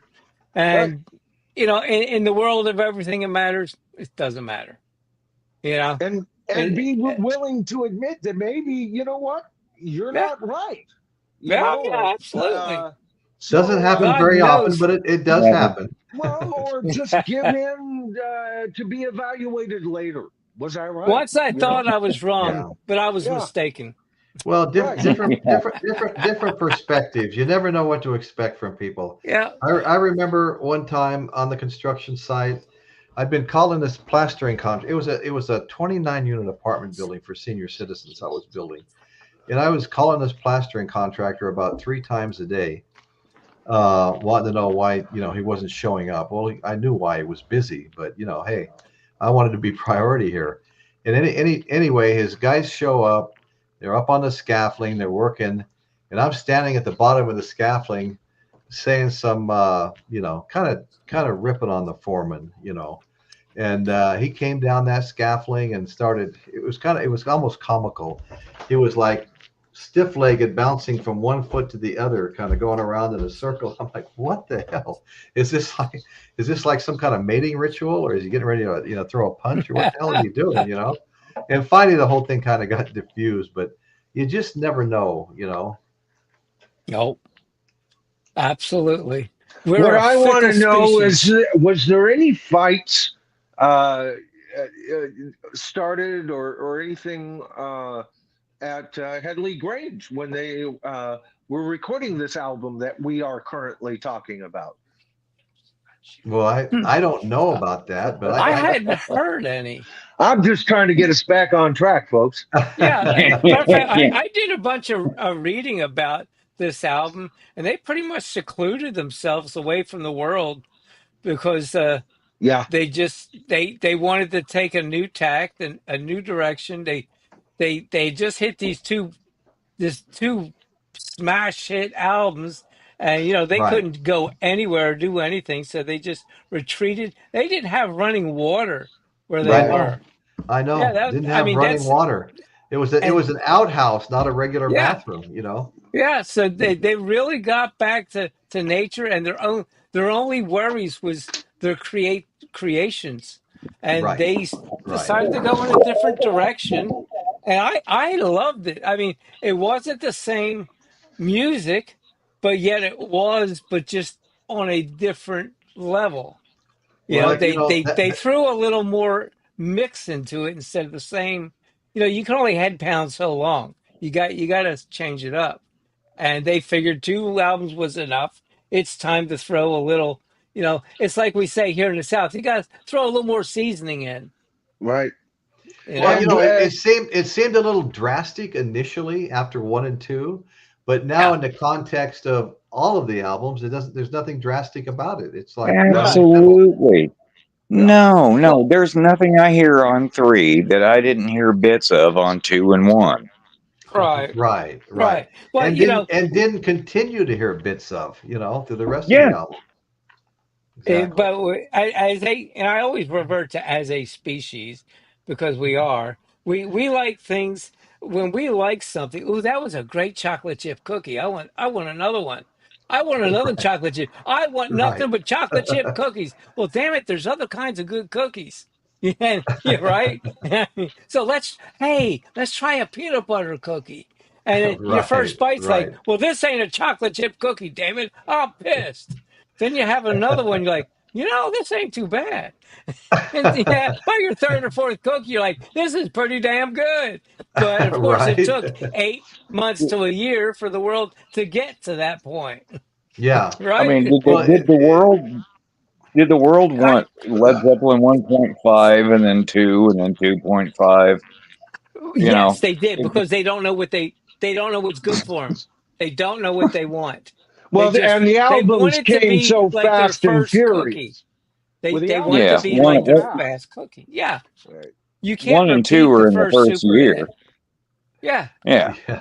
Hey, Remember, hey, they hey, were hey. 22 years old. What the hell do they Right. know? Right? Right. They were, I mean, Yeah. what did they know? You know how much You know trouble that. I've You know gotten what? into after I was Right. 22? Right. That's what I'm saying. That's an excellent point, Nick. That's an excellent point. I mean, they didn't know dick. Excuse the No. expression, folks. Sorry. Right. But Right. they did 22's a kid. Of course, we don't think that while we're No, we going don't through think it. that. We And you know have everything when at 19. and when you have a Jimmy Page that's been a session musician and put Yeah. tracks on all of these great albums Yeah. that were coming out of the studios. I mean, Oh, he there was was I read 26. Yeah. yeah, he was 20. Yeah, he was a little bit older. And Yeah. John Paul Jones did the same. And of course, the newbies were Robert Plant and John Bonham, that really hadn't seen any success yet. Out on the Tiles, Okay. one of my favorite. He's got the background swag going on like I can never have.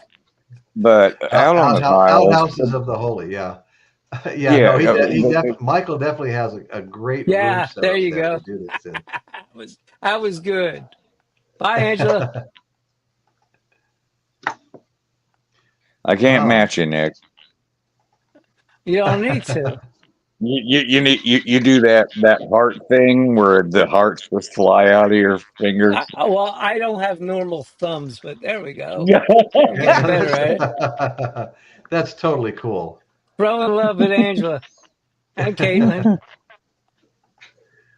You know what we Absolutely. haven't asked tonight is, does anybody in the peanut gallery think this is their best album? How high they rank it? I just ran a poll. Yeah, I was Yeah, on your poll. I did too. Yeah, and That was a good poll. I asked, how high do you rank Led Zeppelin III by Led Zeppelin?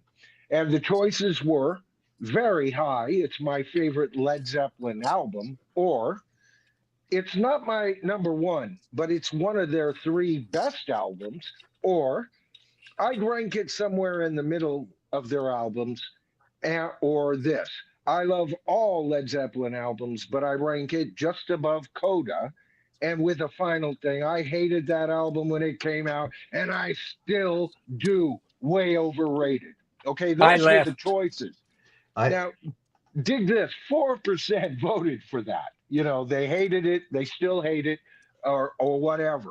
Next, 5% voted for, I love it. I love the Led Zeppelin album, all Led Zeppelin albums, but I'd rank it kind of just above Coda. Then the next one was 10%, very high. It's my favorite Led Zeppelin album. Yeah. And then, of course, 33%.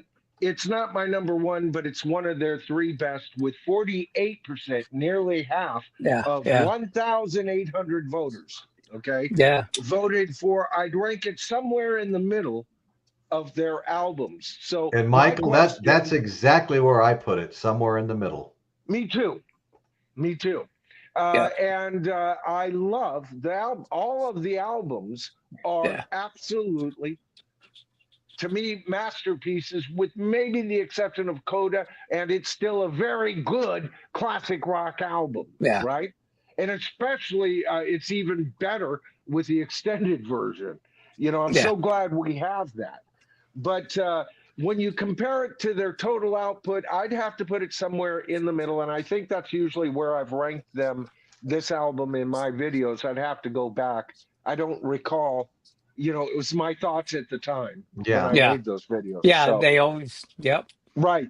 And, Well, I would, and if I remade them, they the list would, it might change. But generally speaking, I hold with that official list. Every time I go back, what did I say on that video? I go, okay, for those reasons, I still hold to that position.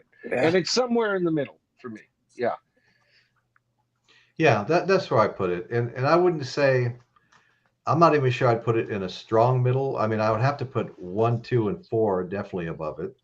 Yeah. And and probably this is the holy and physical graffiti as well.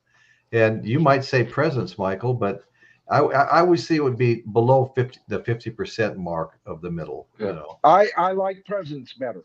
And Yeah, I knew you would.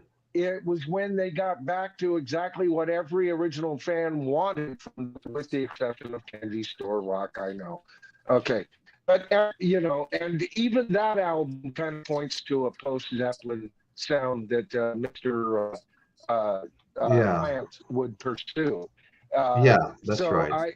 That's the weak cut for me, and still a great cut. It's Led Zeppelin. I love it. Well, that's exactly right. It's still But Led Zeppelin. I love Presence because it's them basically getting back to their 1 and 2 sound.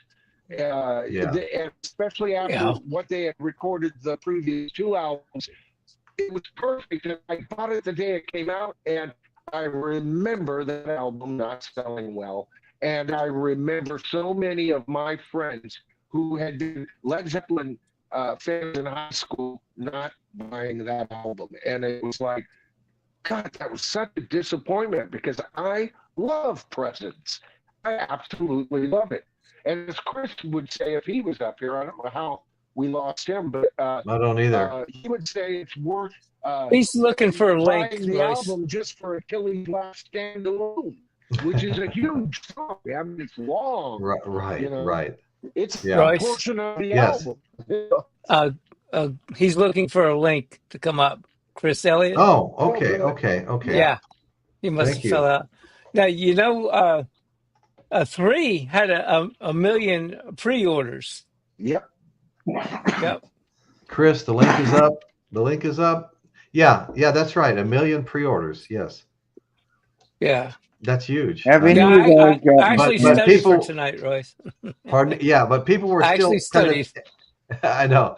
People were still anticipating more of a Led Zeppelin 1-2 type album. Yeah.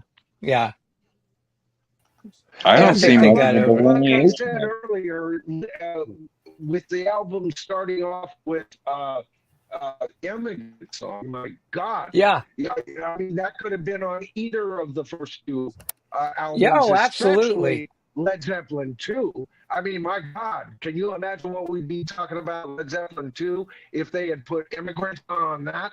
You know, if somehow that was possible.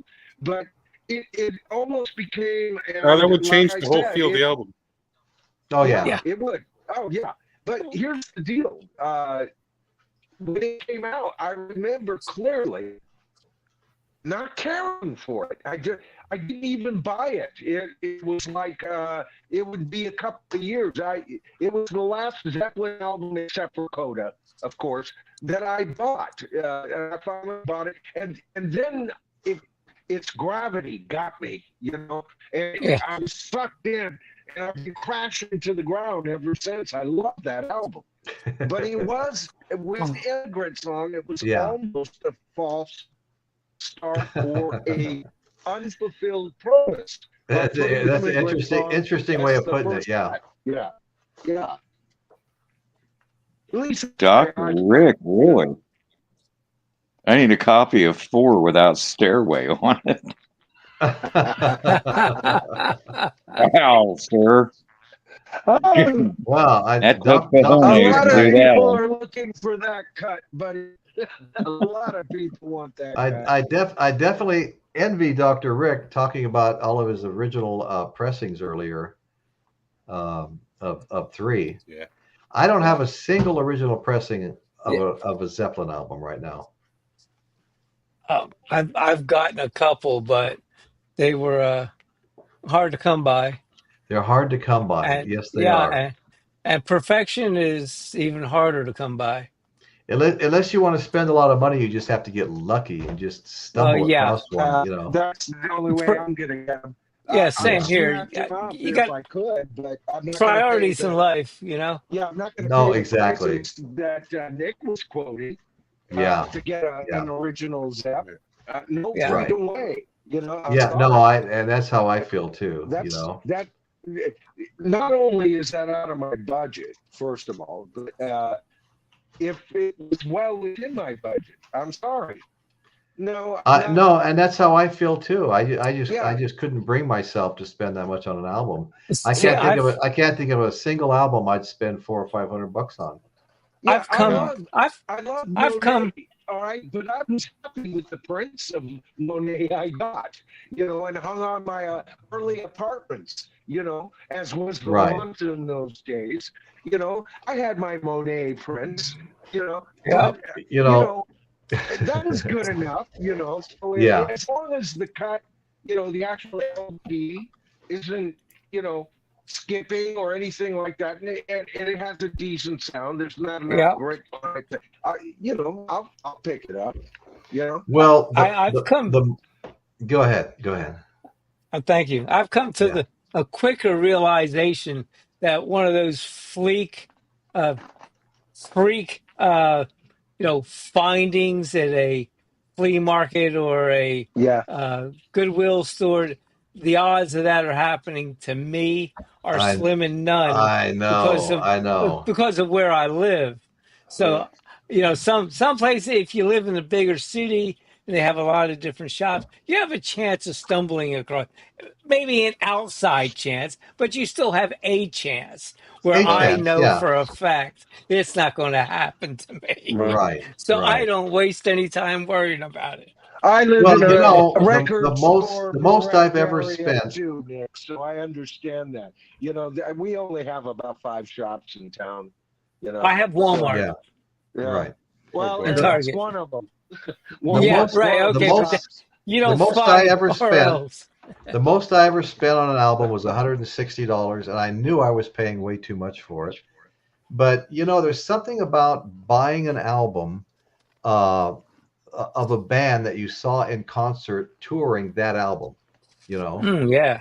and it was the Rolling Stones touring Exile on Main Street, 1972, Long Beach Arena. I was living in Long Beach. All my friends came down from Henderson. The half that weren't living with me already. my apartment was like a revolving door. One would move in, Yeah. one would move out, two would move in, two would. Yeah, for some reason they all got homesick, went back to Henderson. I couldn't have been happier being in California. But anyway, so I finally came across an original pressing of Exile on Main Street that was like it looked like it'd never been even opened before. You know what I'm saying? It had Wow. been opened, but Yeah. I mean, just perfect. There's Wow. postcards in there that never been torn apart on the perforations. Wow. Oh, Posters, pictures. The vinyl looked like it'd never been played. You know what I'm saying? And I paid, I think, $160 for it. And that's the most beautiful example of a record from like 1972 I'd ever seen in my life. yeah. And The only Yeah. thing I'm interested in that price range is I do want to pick up the box set Revolver. God Yeah. forgive me, but I no, want it. and that's I gotta okay. I have mean, it. Yeah, I gotta yeah. have it. Yeah. Yeah, I didn't get any of those box sets. I didn't get the red and blue, with the 3 Yeah, albums but this and all one, this stuff. to me, this is the best package since Pepper. And it's Yeah. under $200, isn't it? Right around that. Yeah, From what yeah. I've And been how seeing, many yeah. how many albums does it come with? When you get the album, and then you get the mono version, then you get the bonus Okay. tracks, and then you get the single, then you get a book. Yeah. It's a candy store. Yeah. Well, like everybody got excited about the red and blue albums, but I've already got the Well, I'm blue, excited. and I've I got want, 2 copies of the red, and one of them's in red vinyl, and I yeah, just couldn't see going out and buying American or more. UK? Mine? Yes, sir. Oh, I'm sure they're American. Yeah. See, I have the red and blue, but I have one set American and one set UK. Yeah. I just couldn't help myself getting the UK. Yeah. Which one They sounds were. better? What's I that? don't want a copy of that box set that they just released with all the mono mixes and No, I'm not bothered. third and fourth generation of mono mixes of It's folded you know stereo. It's yeah. stereo folded the mono. Capital had the stereo, then they'd mix it down to mono, and then Yeah. they do total manipulation. I mean, if you want good original copies of any Beatles album, you better get the UK pressings or German, and some Yeah. And that's what everybody says. That's right. Yeah. That's Well, right. these copies are for Beatle completists and Yep. and idiots. Okay. And to me, it's a placard offering because they're going to offer us Rubber Soul, which is going to be the biggest Maybe. anti-climax. When? Well, I next year is its 60th anniversary, so I would imagine. I didn't even anticipate Rubber Soul this year. I I've said heard for that 2 years early it in the was year. coming. Yeah. So I don't think they're going to miss that opportunity, and I think this is why we got this very lazy release. Yeah. Albums that we all learned to Yeah. gravitate away from. For Right. Yeah. those, I Well, grew up on those albums. I yeah. loved them, but I Yeah. don't want Oh, them. yeah. Well, Okay. I just bought yesterday a mono Beatles album. I think it was their fourth album. What'd you get? Mono, $21. Oh well. Yeah, that's all right. Anytime I see something a little different like that, I'll grab it, especially at the price. Yeah. And At, the at vinyl worst, looked excellent. at worst, it's a gift. Right. You know. Yep. I mean, that's Right. a win in my book. Seriously. No, I It- hear it- you. I hear you. Yeah, there's, I've got if you don't like it and you have it, I mean, you pick it up to gift it. I would do that.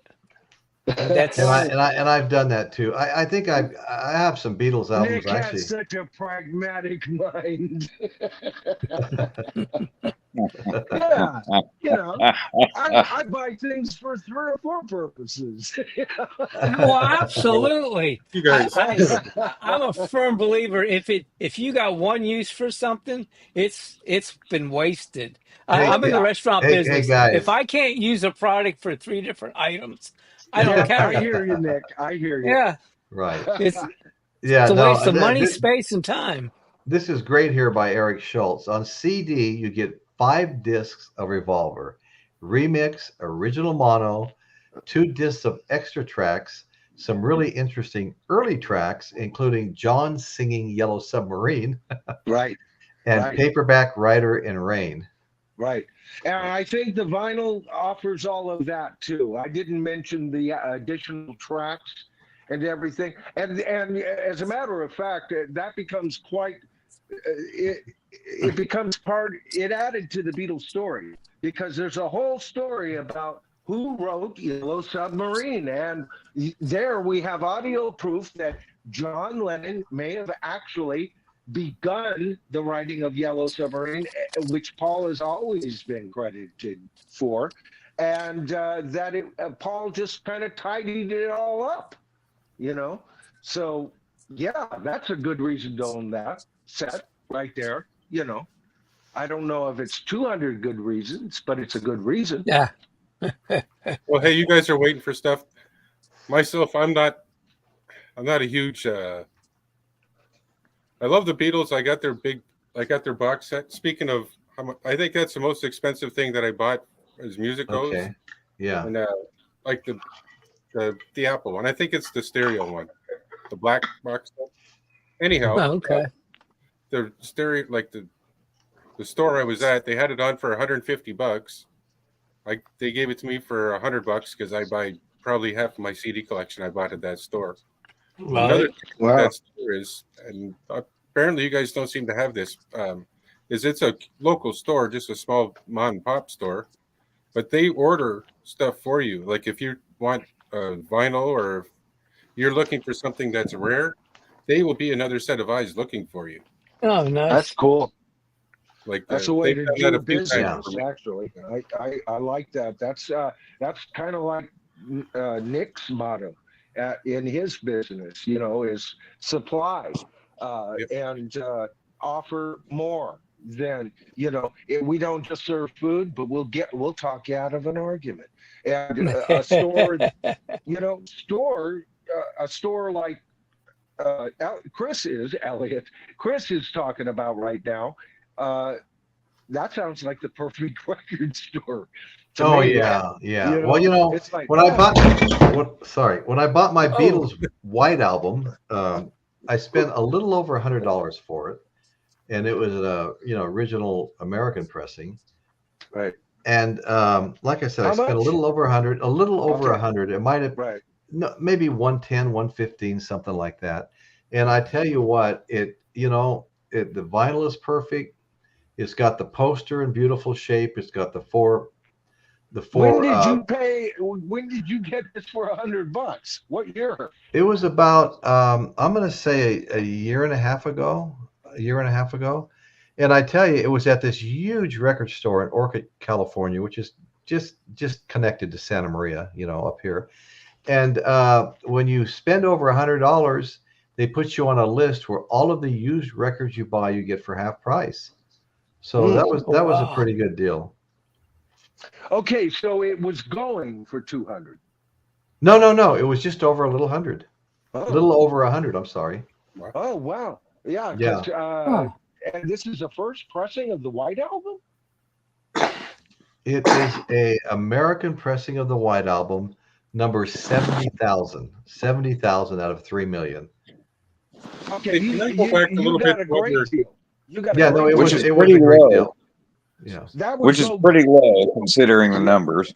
I think that Right. go. No, yeah, the lowest 2%. You consider 3 That million. would that album would set a record on Patrick's auction. I think Oh. it certainly would go close to 200. Oh, which I would have think been so. high Yeah. bids. I You haven't know, seen anything close to it since. but there's a hey, couple of bidders in there, like Cranberry Yes. Sauce, Yeah. John, Oh, yeah. who are if they want an album, They don't they're care what they willing pay to go for it. way past the $100 mark. Way past. Yeah, Yeah, I've seen that. they've priced me out many a times, Oh but yeah. No, I've all's watched every fair in once in a love and while I've war, thrown a right? bid in, but Yeah, they'll start the bidding at $10 or $5 or right. $3, and the hey, next can I thing you ask you know guys? it's in the hundreds. Yeah. Can I I interrupt your tend to train of bid thought a little bit? on just critical albums that I know there won't be a sky high bid, and I'm willing to go maybe $10 higher than what it would have gone for. Yeah. And that's how I bid. Yeah. Yeah. Yeah. What's that, And One Chris? of my Sorry, most Chris. Go ahead. I interrupted Chris. I just big mouth. Sorry, what but I was going to say is, you guys are talking about all the Beatles reissues and that. Would anybody know if Coverdale Page, have they ever reissued that album, or if has anybody heard of don't any know. talk about releasing that album again? I No, was I've just had A this thinking of remastered looking version of for it or that. something? I've had this CD since it came out, but I Yeah. don't know Here. that I've ever seen it in vinyl. I've seen Something two. tells me I have actually. I've It seen was two Wow. released digitally, so Jackson. how could they possibly improve upon it? Yeah. True. That's Yeah, right, sarcasm. right, That's right, Yeah. sarcasm, by the way. No, I right. agree. No, I No, figured that uh, out. I thought I they have a had bunch of noted extra a songs that were bit never of that. used. Like there was on the internet, you can find there's like 4 or 5 songs on there that were almost finished that they didn't put on the album. It's just stuff that could be added to it. But I was gonna say, I think it's shoot, I forget. But there's 2 of the songs that were remastered, but they were on a White Snake album. David Coverdale remastered them for one of his White Snake I collections. see. Okay. Huh. I forget which songs right now. I just went blank on it. But I remember when I bought that album. It must have been like the early 90s. The CD. It must have been like the early 90s. And 93. I yeah, only young owned it guy. on CD. I had already given up on vinyl by that time, and so Yeah, I yeah, would love to have that on vinyl. Are you yeah. kidding me? Well, Oh, the young guy that was working for me came to work one day and asked me if I'd ever heard of that album, and I said no, I haven't. He goes, CD. He goes, I've never wanted to take guitar lessons before in my life until I got this, and I went out and immediately bought the CD. Wow. I think it's a rock masterpiece. Earlier in the show, I said, Jimmy Page did all of this, and he was a genius with Led Zeppelin. And even beyond that, I was thinking at that moment, this album, Coverdale Page, it is a rock masterpiece. It's like one of those Absolutely. albums, like Montrose's first album. You know, it's that powerful. Only it's Page. Montrose is great, but Page is a master. You know, and it's Yeah, just. yeah. But you can compare both of those albums, which again, the first Montrose album, in my humble opinion, is a rock masterpiece. Let's hang that sucker in the Louvre, right? Well, Mhm. so is Coverdale Page. I think it's that good of an album. I think it ranks with Led Zeppelin albums. So It's probably my favorite post Zeppelin album. I haven't listened to it in a long time, but I didn't get that impression back when I bought it. But you know, it needs that was in the early '90s. It needs a few is more the listens. perfect highway album. Get in your truck, slip that sucker in, drive 100 miles north and 100 I might even miles do that tomorrow. south, and you will be sucked into that album, Royce. I guarantee you. Put it. Yeah. On, Oh, I remember liking it, but not on the level of Led Zeppelin at the time. Play it twice, and you'll be. Your eyes will be opened. I cast this spell now. You know, I guarantee you, it will happen. You know, I love that album. Oh, You should. What about guys? What about Jimmy Page Outrider? Excellent album. I love that one I too. love I it. think Yep. it's the blues anthem is my absolute favorite song on that. Prison I mean, Blues. I love. Yeah, I Yeah, don't have good. that one. Good. No, it's good.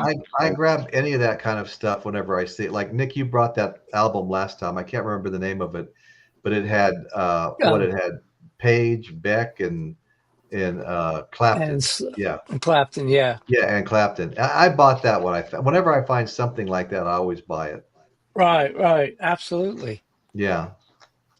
Yeah, and Liquid Mercury is that's another good instrumental on the Outrider album. You know that song, Chris? Yeah. Liquid Mercury? Yeah, that's another great track. Yeah. Yes.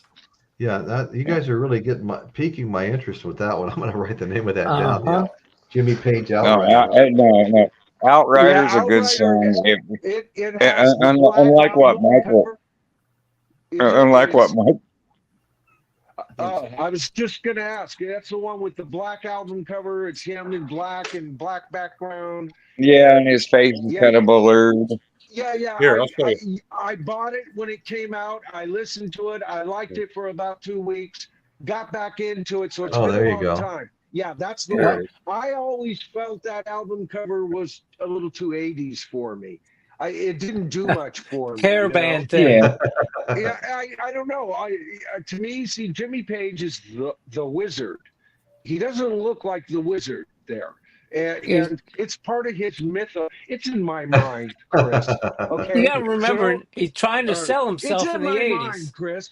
But anyway, you know, that's part of his mythos. That's part of his approach. And when he kind of got techno, I didn't care for it that much, even though techno is part of his sound, echoplexes and all.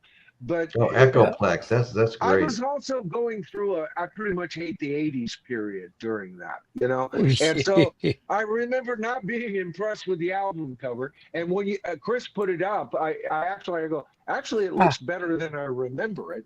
So there's that, you know.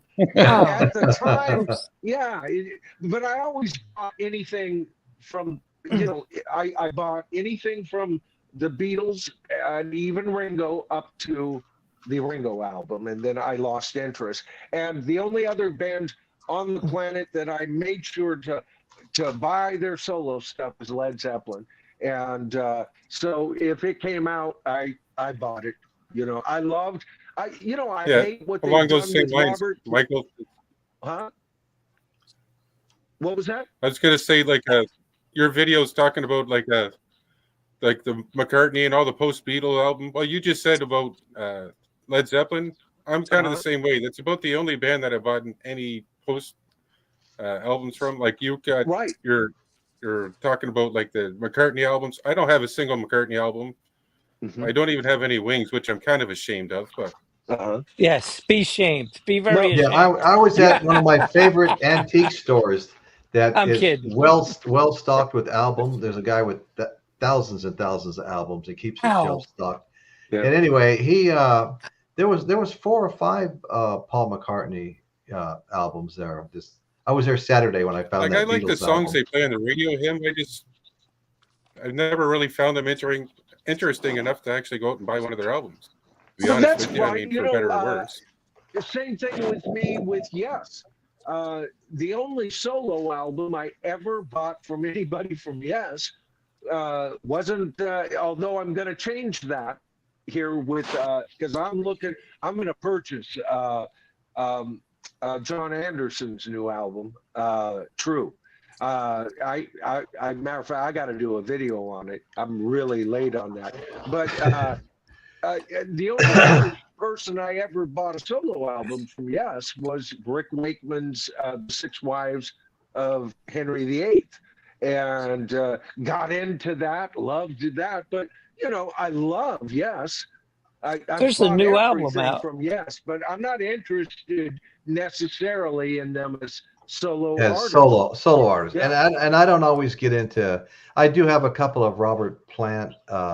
Well, more than a couple, but I mean, as far as with Alison Krauss, I have 2 of those albums, and a CD, and then I have The some thing other with- Robert Plant stuff as Well, well. I got everything by Robert Plant at one Yeah. time or another. And I'm going to tell you, I find it shameful that he's kind of buried his early solo career, because we got some great Yeah. 80s synth based kind of, but still rock, you know, almost the Salvation sound of the 80s. You know, there were so Right. few bands that were putting out a still clear rock message, but at the same time utilizing what has come. And of course, Robert hinted at that with In Through the Outdoor, when he had more control over what Led Zeppelin would be, you know, actually presenting as an album. So it was no surprise. But my God, it's like he doesn't do any of his early songs or anything, and it's like I love those albums. Fate of Nations, Pictures at 11. The Nation's my God. favorite. Oh, Speaking which of one? Yes, John Anderson has a new album out called True. Yeah, And I just mentioned that. Yeah, that's the one I oh, want to okay. get. Yeah, Okay, love I it. didn't hear that. No. Yeah, Good night, Eric. yeah, Good night, it Eric. rivals Mirror to the Sky, and I consider Mirror to the Sky the best classic rock album release of 2023. So, and here comes John Anderson the next year. My God, it's just as good as Mirror to the Sky. So you've got 2 former Yes people putting out pretty good Yes music. One of them daring to call themselves Yes, and the other called John Anderson, man. Yeah. But they're producing great music. You know, both camps are producing great music. So that's kind of a bit of salvation as we face the funeral of rock and roll. You know, rock is not dead. The last sputtering stars. You know, as the universe Have you guys- extinguishes itself. Have any of you heard of any of the new David Gilmour solo album? No, I haven't. No, he's on tour now, isn't he? He's I listened got a to new it album out. and Yeah. stopped listening to it. Really? Yeah, Oh. I've been reading a bunch of stuff about that. He walked into a bar recently, I think last week, and sat down and started playing at the bar. I didn't care for it. Well, it's not like he needs the No. money anyway, but I'll still put it up Right. against any Roger Waters album, solo album. Yeah, yeah. You know, with maybe the just haven't exception heard of it, Chris. Right. Muse to No, Death. I hear you, Chris. I do.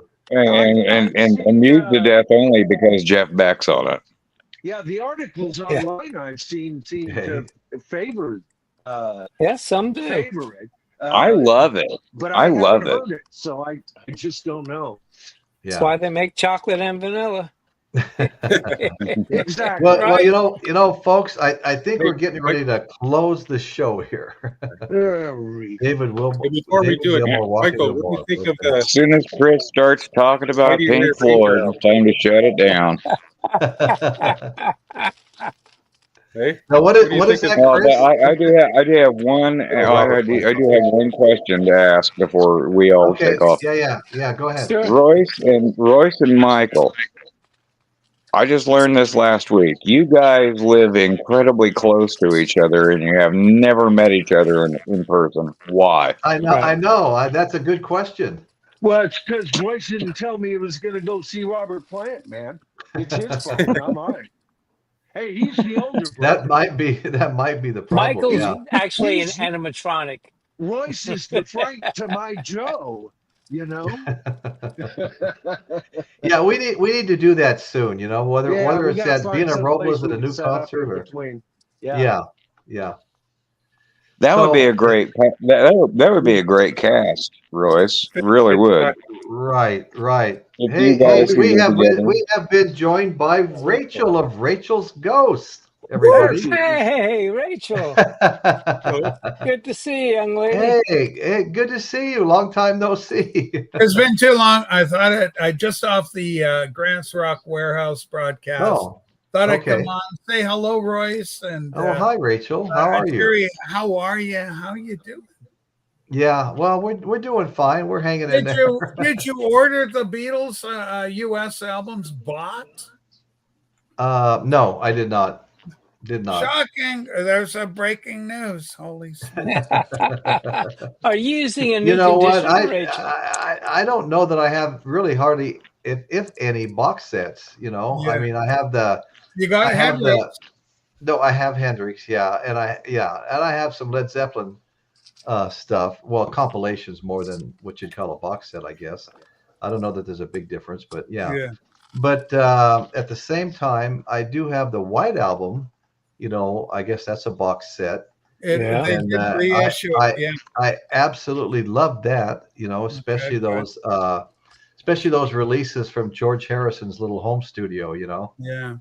yeah, those were really fun to listen to. Yeah. How about you? Have you ordered that? I got it, man. It's on the way. November 22nd is the debut, but it's coming in. Hey, Tim, how you doing? Music Sanctuary. Good to see you. But yeah, that's what's happening, man. I got it. I had to order it, right? What was the price on that? Oh, man. It varies. I know that I saved $100 off it.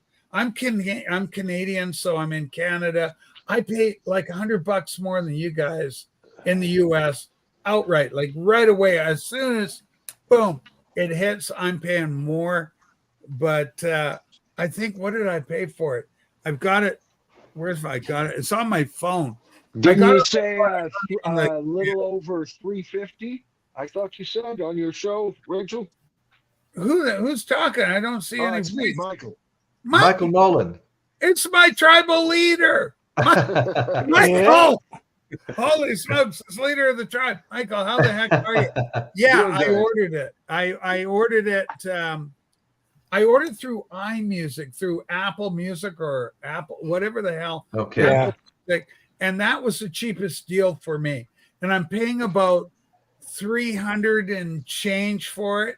Yeah. Wow. Like 301 off the carte blanche, but then add the, the whatever, the border crossing and different stuff. Yeah.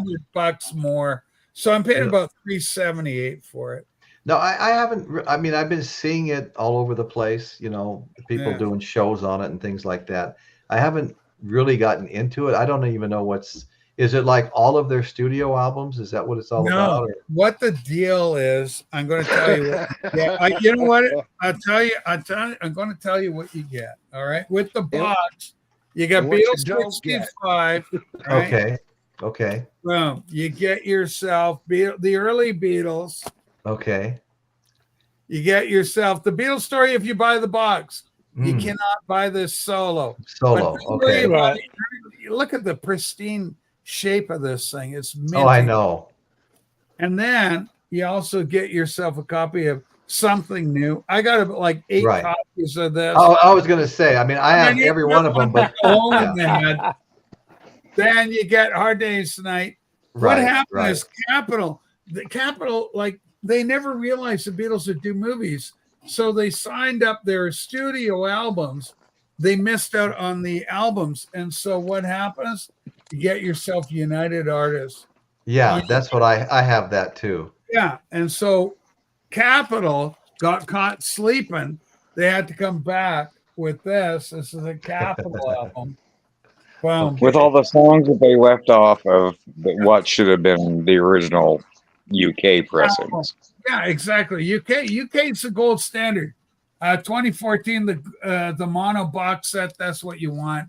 You can get mini discs. You can get all sorts of stuff. Rachel, yeah, second album, the rocker, and then there you go. Meet the Beatles. Yeah. Now Yeah, you I have Rachel as a completist, though. Yeah. Chris. Yeah. So anything Beatles, she wants it. So that's that market we were talking about. Yeah. earlier. Yeah. Now the only one I don't have is the one you said you can't buy solo, and 3 of them I have 2 or 3 copies of. You don't need it. Like, it's for Die Hard. It's called The Beatles Story. It came out in 1965. It is solely for hardcore Beatlemaniacs. Okay. It's very dated, but it has, ironically, one of the best albums covers, like design. Yeah, no, that is a cool cover. Yeah. Yeah, the cover's cool. You know, I heard flag of that the album Holy crap, once at my friend's house, and I went, okay, enough. Yeah. It's not what I want, but you know, I don't know, man. That to me seems like a throw-in, just to make it look bigger than it actually is. It's $120 throw in. You're absolutely right, Michael. Michael, listen, man. You are my go-to. Okay. Yeah. You call BS on everything. You're one of the most honest, outspoken guys. It's hard to do in this political age, but I watch you and I go, Michael's on point again, man. He's nailing it. Yeah. And you call out the Rock and Roll Hall of Fame on multiple occasions. Right. Well deserved. You call out fake vocals, what they're doing now. Oh, look at all the fanfare. Look at the background. Look at the fireworks. Yeah. Wasn't it you and Royce? I think Royce went to the one. I think it was actually Royce that talked about when everybody you got to hold up your phones to make an interface with the stage to make the show work. Oh no, I think Dan McNew did that. Just the Fax Man, Dan. Yeah. Yeah, I did do a video on it. Yeah. I think it was Michael. Michael did a video on that too. Yeah. So it's all this smoke and mirrors, a lot of show, but at the end of the day, are we getting the legacy entertainment that we once invested in? Right. Having said that, I acknowledge that these kids are getting a lot older. Yeah. Paul and Ringo in their 80s. My God, where did the time? Oh, no kidding. I know. Exactly. Hey guys, I love you all. Thank you all. Thank you all for having me here. I've got I just got a new job.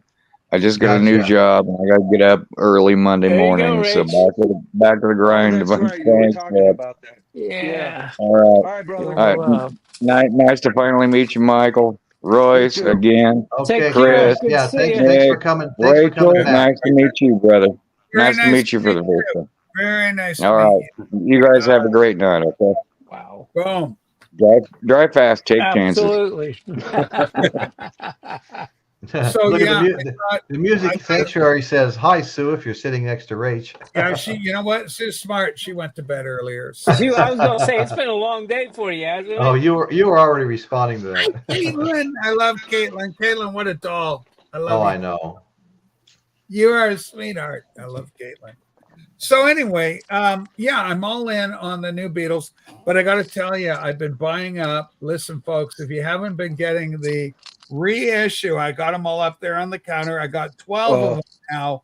These are the Jethro Tull reissues. Steve Wilson box set, kind of little books with the CD, DVD combos in them, with a story about where the band was year to year, album to album. You got to get them.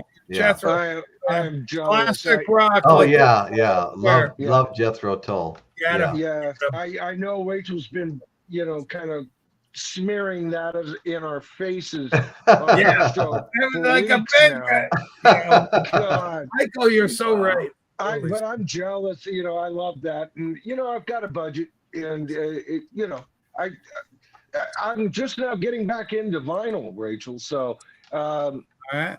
I'm kind of, you know, there's where my mad money goes. And Well, hold on now. Okay, so you're getting back into vinyl. What Yeah. did you get for? What did you get for a turntable? What are you spinning? I got the Audio Technica. Yeah, Audio Technica, because I didn't Yeah. want to say techniques. Because Yeah, which- Audio you know, Technica. well, What number?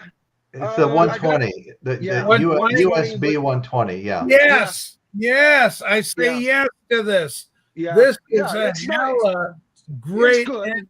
intro turntable. Yeah. Yeah, it's good. And I got that from advice from Royce. And just to, you know, since Royce is my big brother, Yeah. I had to kind of outdo him. So I got the bronze color. Yeah. There You got you all go. Yeah, I'm a but sucker for bronze. all you the know, I fancy used to love accents, yeah. bronze. yeah, but You hold on. See, here's the thing, Michael. You got a great deck. You got a great Yeah. platform. You got a great turntable. The thing can be upgraded if at a later date you Right. decide to swap out the Ortofon Cartridge or yeah. boom, take it to the limit. You can Ortofon Yeah, black, that's right. Ortofon gold, whatever the hell you want, you can do. A bit budget allowing. Now, Right. now that you said this, now I'm going to email you, okay, and I'm Uh-huh. going to send you some records because you need more records, and I'll talk to you. Oh, God. We'll find out He what does. what He you got. does. He does need more records. Yes. Now, who's this good look? I'm up Oh, to keep about going. 70 right now, Rachel. Yeah, you're going to be 1,500 when I'm done with you. No, Now- good Lord, no. My wife What will about this shoot me. good-looking kid next to me? Well, how come he's got the Canadian flag there? What are you doing with my flag in your house? I guess I took it when you weren't watching. Holy smoke, I want my flag back. So whereabouts in Canada? I'm in Nanaimo on Vancouver Island. Whereabouts are you? East Windsor, Coast. Ontario. Windsor. Holy Yeah. smoke, center of the universe. Holy smoke. Yeah. Very well. Windsor is amazing. The Spitfires, the home of the Spitfires. We love the Windsor Spitfires That's right. hockey. Yeah. And Journey immortalized Windsor by calling it, you know, South Detroit, because there is no South Detroit. That's Windsor. There he's is talking. no Windsor, because you guys are right by the bridge. You're all Detroit Tigers fans. I've never met a Windsor fan that doesn't cheer for Detroit. Are you a Tigers fan? No, I like Toronto Blue Jays, the Toronto Maple Leafs, Holy shit. he bleeds Detroit blue. Lions. He bleeds blue, vinyl community. Yeah. No, Toronto's Well, I'm great. Not a I'm- Detroit fan. When I was All younger, I used to like the Yeah. Tigers and the Pistons before, you know, the Tigers because they were always winning championships, and the Blue Jays. So I like them equally. The Pistons, the James- bad boys. I mean, hey, Yeah. why not? I know Paul. Paul and I have It's been- met on a couple of occasions. I'm a big fan of Paul. Paul's a good boy out in Nanaimo here. I love him. He's a good guy. Nanaimo's great. Windsor, Ontario is so south, like it's like parts of the U.S. border are north. He has North. to look north to Yeah. the United One States. third of The continent. the entire continental U.S. is north Yeah. of Windsor. Yeah, it's like an amazing. They are very pro-American in Windsor. It's a great city. My wife's boss worked for those guys. Now, what's your channel? Because Royce doesn't have the channels on with all the comments going here, so I can subscribe to you. I'll sub you up. What's Yeah. Okay. Here we go. Let's So you're find talking it. about me? Yeah, I'm Yes. talking about you. Yeah, you, Chris. Windsor. Chris Let's Elliott. find out. What's the channel? Where is he? Yeah, Drop a link. Come on, let's make it as soon as my Holy here we go. smokes. Hey, Michael, what part of LA or California are you in? Modesto, Central Modesto. Valley. Yeah. Modesto, California. I've Yeah. heard about it. Didn't they do Uh, westerns there or something? I don't know. I don't know how the hell I wound up. All here. right. I need Chris Elliott, who always reminds me of David Letterman. Chris Elliott on Letterman. Which is Yeah. okay. Yeah, he stole my act. Where is this young buck? I gotta find him. There, here we go. Hang on, Chris Elliott. I need All right. Here we go. in my subscription base. Holy smokes. Thanks There for you go. dropping the link. There it is. I see it. Let's copy that. HTTPS. Copy. Hang on, Chris. Let's take a look at Chris. Aren't and you see how glad many you haven't subs he's committed got. a crime and you haven't been interrogated by this woman, Chris? Chris. No, it seemed like it'd be an interesting conversation. Let's Okay, put it let's up. Need Let's your put it up address on the now, screen young here for you. man. Guess what? I'm your number 7 subscriber. Hey, I'm getting there now. 7-Eleven. Yay. What the hell are you doing with 7 subscribers? 7 people in the world. You can't even fill a restaurant with that. We got to get you, we got to get you Michael numbers. Michael filled a football stadium for the Yeah, no love. kidding. You know, I honestly, Chris, if you were to put forward what you put even on this show, I think you'd do real well. You know, Numbers go up. because Yeah. Royce knows this. I've talked about this in private with Royce. He asked me at one point, "Wow, what kind of people do you envision that you'd like to be?"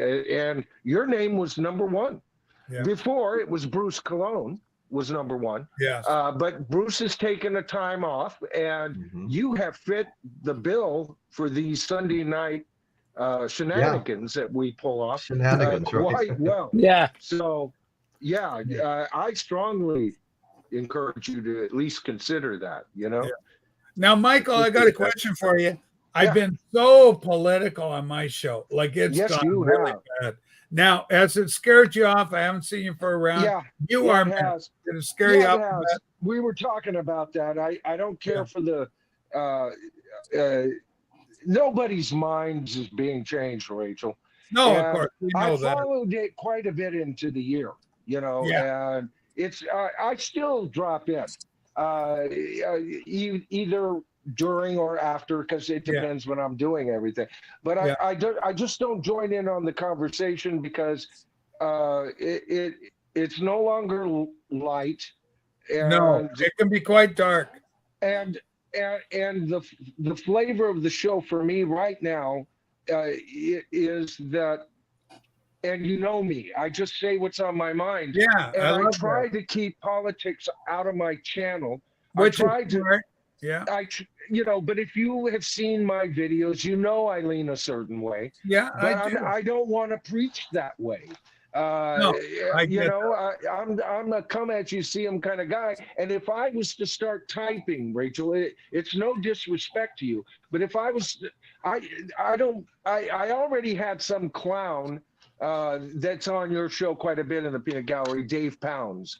He was over on Paul Psycho's thing one day, and I said how much I hated Yoko, which you know, you've heard me say many times. I'm not a Yoko fan, all right? I'm happy for her and John. They found each other. It's a great love story, but as a fan, I didn't need Yoko in the way at all. Yeah. You know, I didn't need her on Peace in Toronto, and I didn't need her on Double Fantasy, and I didn't need her on Milk and Honey. And I think they should just take John's songs and make Milk and Fantasy or Double Honey, you know, and that's the album that I want. Anyway. Now, here's the deal. I got to tell you a counterpoint. I like Yoko. Like I don't like her music. Like I'm not a Yoko fan. Kiss, Kiss, Kiss Me Now is probably one of the best she ever did. And but barring that, but the whole thing is like the whole avant-garde with The Fly. She did the movie called Fly.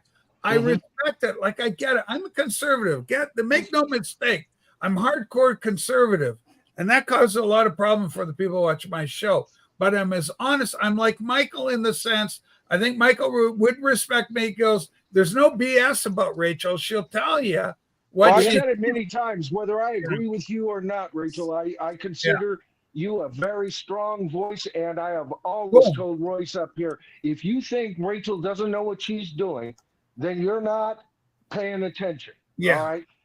No, and I've never ever disagreed with that. No, that That was definitely And never a I- debate between any of us. Royce I know has been very politics kind to will me as never well. leave your show 100%, Rachel. But Yeah. when it does, we were talking about, everybody was blaming summer for low views, which we've all experienced. Oh yeah, it's down a bit. Yeah. But it's not the summer; it's the whole year. This is a political year, and Yeah. when Yeah. everything dies down, then views will start. People will start watching before they started actually Yes. watching Fox or CNN or any of that, Yeah. which is what people are watching right now. It's Yeah. a day-to-day circus. And if I typed into your show what I really felt, then I would be into a never-ending discussion where I know I'm not going to change anybody No. else's mind, No. and I don't need to let the world know Do you know what? which candidate rings my bell. Now That's all. I agree Yeah, with no, I one- don't. We I don't agree. talk about politics on our shows. Yeah. Now Well, I agree, Michael, 100%. But full disclosure for my show, for anybody that's curious observer about what I do, I talk about what's interesting to me. If it's Yeah. politics, it's politics. Lately, P. Diddy has caught my ear. And Yeah, it so has. I'm very curious about that. Yeah, So no, we're I know. talking a lot about that. Now, even that brings controversy because we live in a day and age where people are so divided. But I'm going to Yes. tell you, I don't stop. I'm a juggernaut. I'm going to stay the course. Yes, you are. I'm just going to do what I do. And I don't care. I care about subscribers, but I don't care. You know what I'm Yeah. saying? I Right. Yeah. care, but I don't care to the point where I'm going to compromise what I believe, Right. what's on my heart. I'm going to share it. I'm going to share it with veracity and with all the integrity that I'm able to muster. Following that, I'm going to say that at the end of the day, I still have 1,500 fucking records in here. Rock and roll. I got 2 guitars, well, 3. There's a acoustic over there, a John Well, I Lennon. knew Rachel when she J160. only had 1,100 and something, and she was bragging about getting her stuff up to 12. Yes. I think Yeah, that's you right were. around the time I started watching you. Yeah.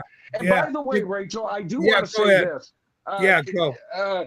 You're the out of even including Royce, because Royce only does this on Sunday.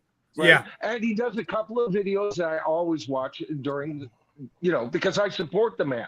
But out of all of the other, local quadrant content creators, yours is the one I watch the most. All right? Well, that's So a you've got huge my- compliment. I appreciate and it. I love the way you just kind of go by the gut feeling.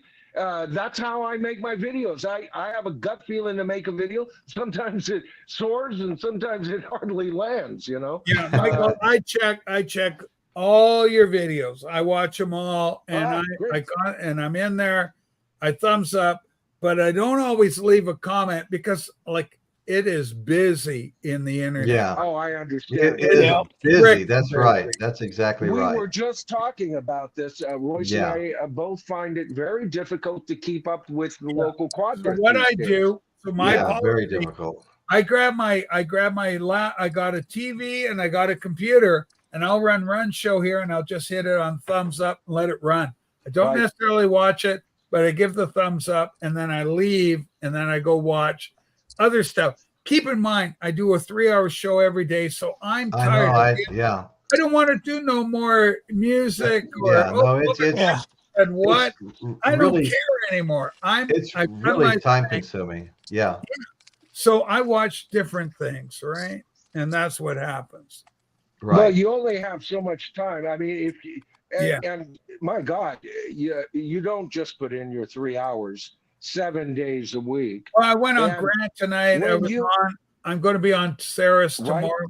And Royce, I just want to show up now. PB Thal is a good friend of mine. I love him, but he's got like 100 people or something watching him right now. He doesn't need the extra appearance.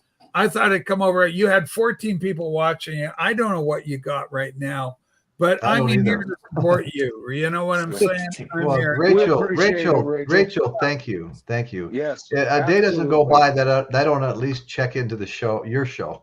Yeah, well, I appreciate that. You know, Yeah. the views are important. Michael's absolutely right.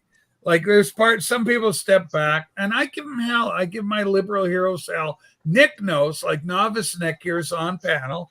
Nick and I are politically aligned, but you know, you do it. And I want to give my liberal friends, though I disagree with them, I want to give them full thrift. Go ahead, state your piece too. I don't like That it. And I'll that call you up, but go ahead, say your piece. that sounds like freedom of speech. Let me think. Yeah, I'll go for that. Do you know what? It's Here's good. some news. Here's some news for general people that watch my show. I've got a documentarian looking in on me right now. They want to do a documentary, about a half-hour documentary on my show. It's going to Awesome. cost the guy. I'm being quoted around $18,000 that the guy needs to raise. He's got a light guy. He's got a cinematographer. He's got his grip. Wow. He's got different people coming in. They're going to do it, and there's interviews already underway. NDAs are being signed, you know, for people, release forms. You're going to be on this show. People are going to photograph you, release forms, this kind of thing. It's coming out. It's going to be out because the guy want to hit Nice. when the iron's hot. That's coming out around January, February 2025. Now I haven't heard you announce this, and Yeah. like, She's doing it right here.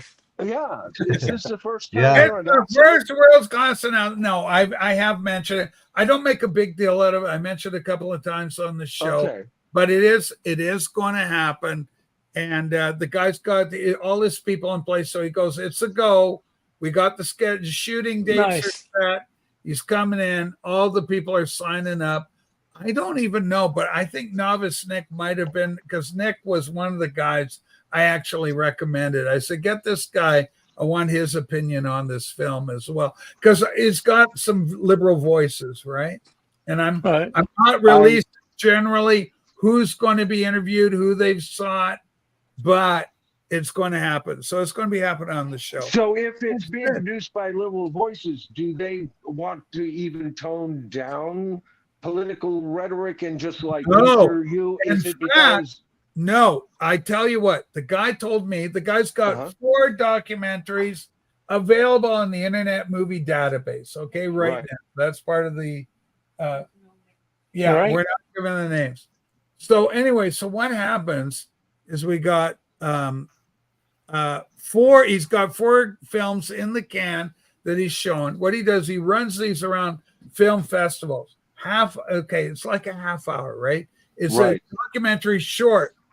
You get financial backing, somebody likes it. His thesis, if you will, is it's a location where liberals and conservatives, I'm all Trump. Let's be fair about that.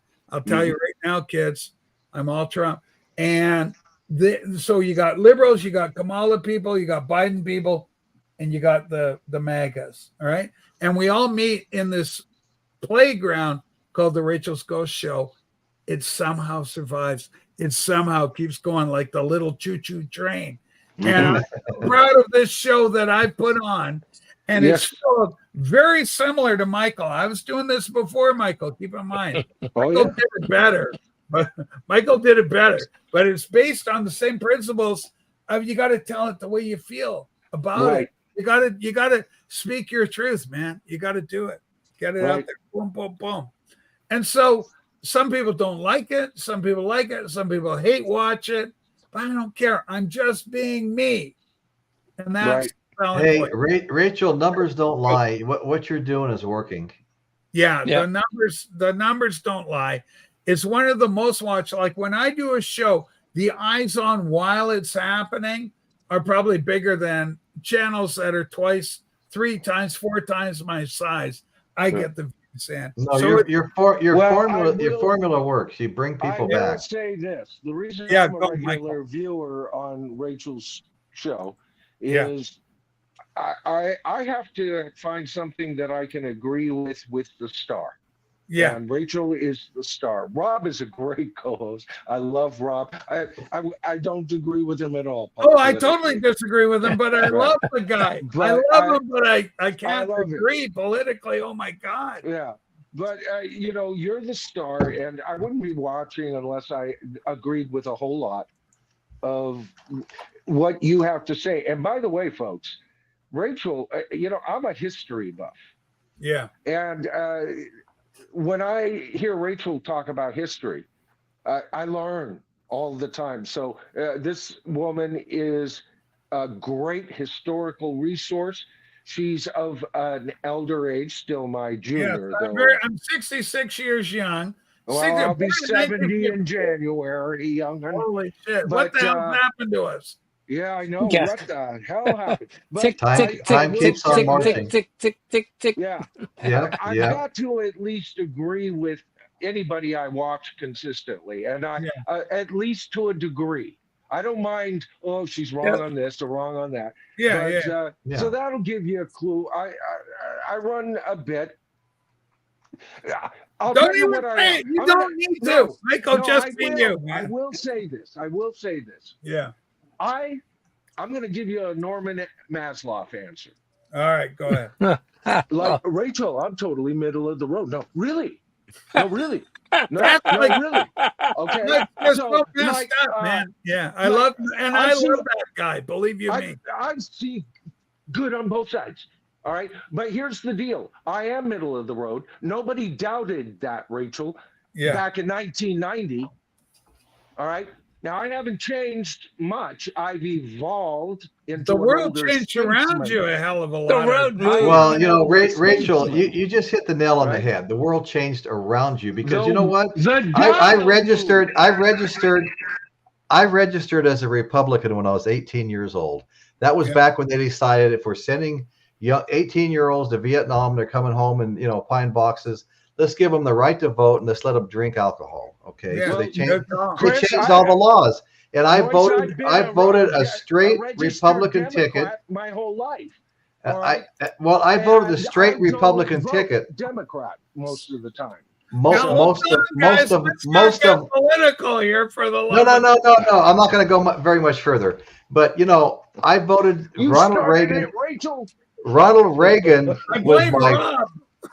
Ronald Reagan was my favorite president of all time. Yeah, And Reagan. at that time, he was considered. They were trying to compare him with Barry Goldwater, saying he's too conservative. Yeah. And he was my favorite president of all time. But the world has changed around me too, just like the Yep. point that you brought up. It's all changed. It's all just different now. It's just a different. big change. Yeah. And the stakes are higher than we've ever seen before. It's The just stakes are actually higher. what's going on. And actually watch my show flip-flopped. if you want to get deep dive. If you want to deep dive all this stuff and you're interested in it, watch my show. We talk about everything on my show. That's my plug. But Royce, I'm here to support you. I just want Thank to you, come. Rachel. So many Thank you. people I go, appreciate hey, that. Rachel Awesome. stood up on Royce last night. I'll tell him I was here. And Michael Nolan, I got to tell, listen, this guy, this Nolan, I am a huge fan. I'm a proud member of the tribe. I followed Michael. I saw him when he was a little channel. He had maybe, Yeah, I know. Same here. he maybe had 4,000, 5,000 people. And I just go, holy crap, this guy, like, this is good. I like this. I like his take. And I like the scene, the environment, with the, well, you didn't have the fire then, but you had a good I tremendous. reserved the fire for Royce's show because it Yeah. represents what we're doing, Rachel. It's a fireside chat. Well, I Yeah. love the fireside chat. That's Yeah, that's FDR. interesting. Holy crap, there's a history FDR, reference yeah, right there. yeah. FDR, the fireside. Michael, The no old- respects. Anyway, think- I'm a huge fan, proud member Okay. of the tribe. And please, anybody that's not subscribed to Michael Nolan, of the people up here, this guy's the star. Trust me, this guy. What's the sub count at now? I know that doesn't mean These two guys. everything, but These it's two an guys. indication. It means a little bit. It means Yeah. a little. What do you It's, got now, Michael? 42 and change. So 42,000. I know. Yeah. We were hanging out Wow. since it was 400 or 500, Michael, right? Oh, Yeah. Yeah. Somebody And must actually like the when- cut of your jib, sir. You know what it is? You Is got me. Michael sincere? and he has Yeah. knowledge, and he has passion, and he Exactly. tells it. And that's what Stephen Colbert called truthyism or truthism. He's got all this truthy. He's got all that. Michael's got that. And I recognize it. I saw it and I went, I like this guy. And I subbed him up. And then I reached out to him. I said, you are whatever the hell you're doing is right. And now, and he was way below Mazzy. And Mazzy's a god in this business. Believe you me. Norman Maslow, I disagree with him politically, but that guy is Oh, he does it right. generous, kind, insightful, knowledgeable individual you will ever meet. And I've No, met as a him. content creator, I have a lot of I'd respect love for to meet him. Norman. I'd love to Oh, meet him yeah. for, Yeah. for the trifectorate. I don't Tell me, agree do you with know, him Chris, ever, do you know all these usually, people we're talking about? yeah. What's Do you that? know Mazzy? Do you know who Mazzy is? Oh, The your cousin? artist? Yeah. No, who's Oh, Mazzy? you're talking to him. I'm sorry. Yeah, who the hell's Mazzy? Yeah, I don't know this Clueless. Mazzy guy. Who's this Chris, Mazzy guy? the channel is called Norman Maslov, Maslov. Check it Maslov, out, okay. watch it, Yeah. and see if you like it.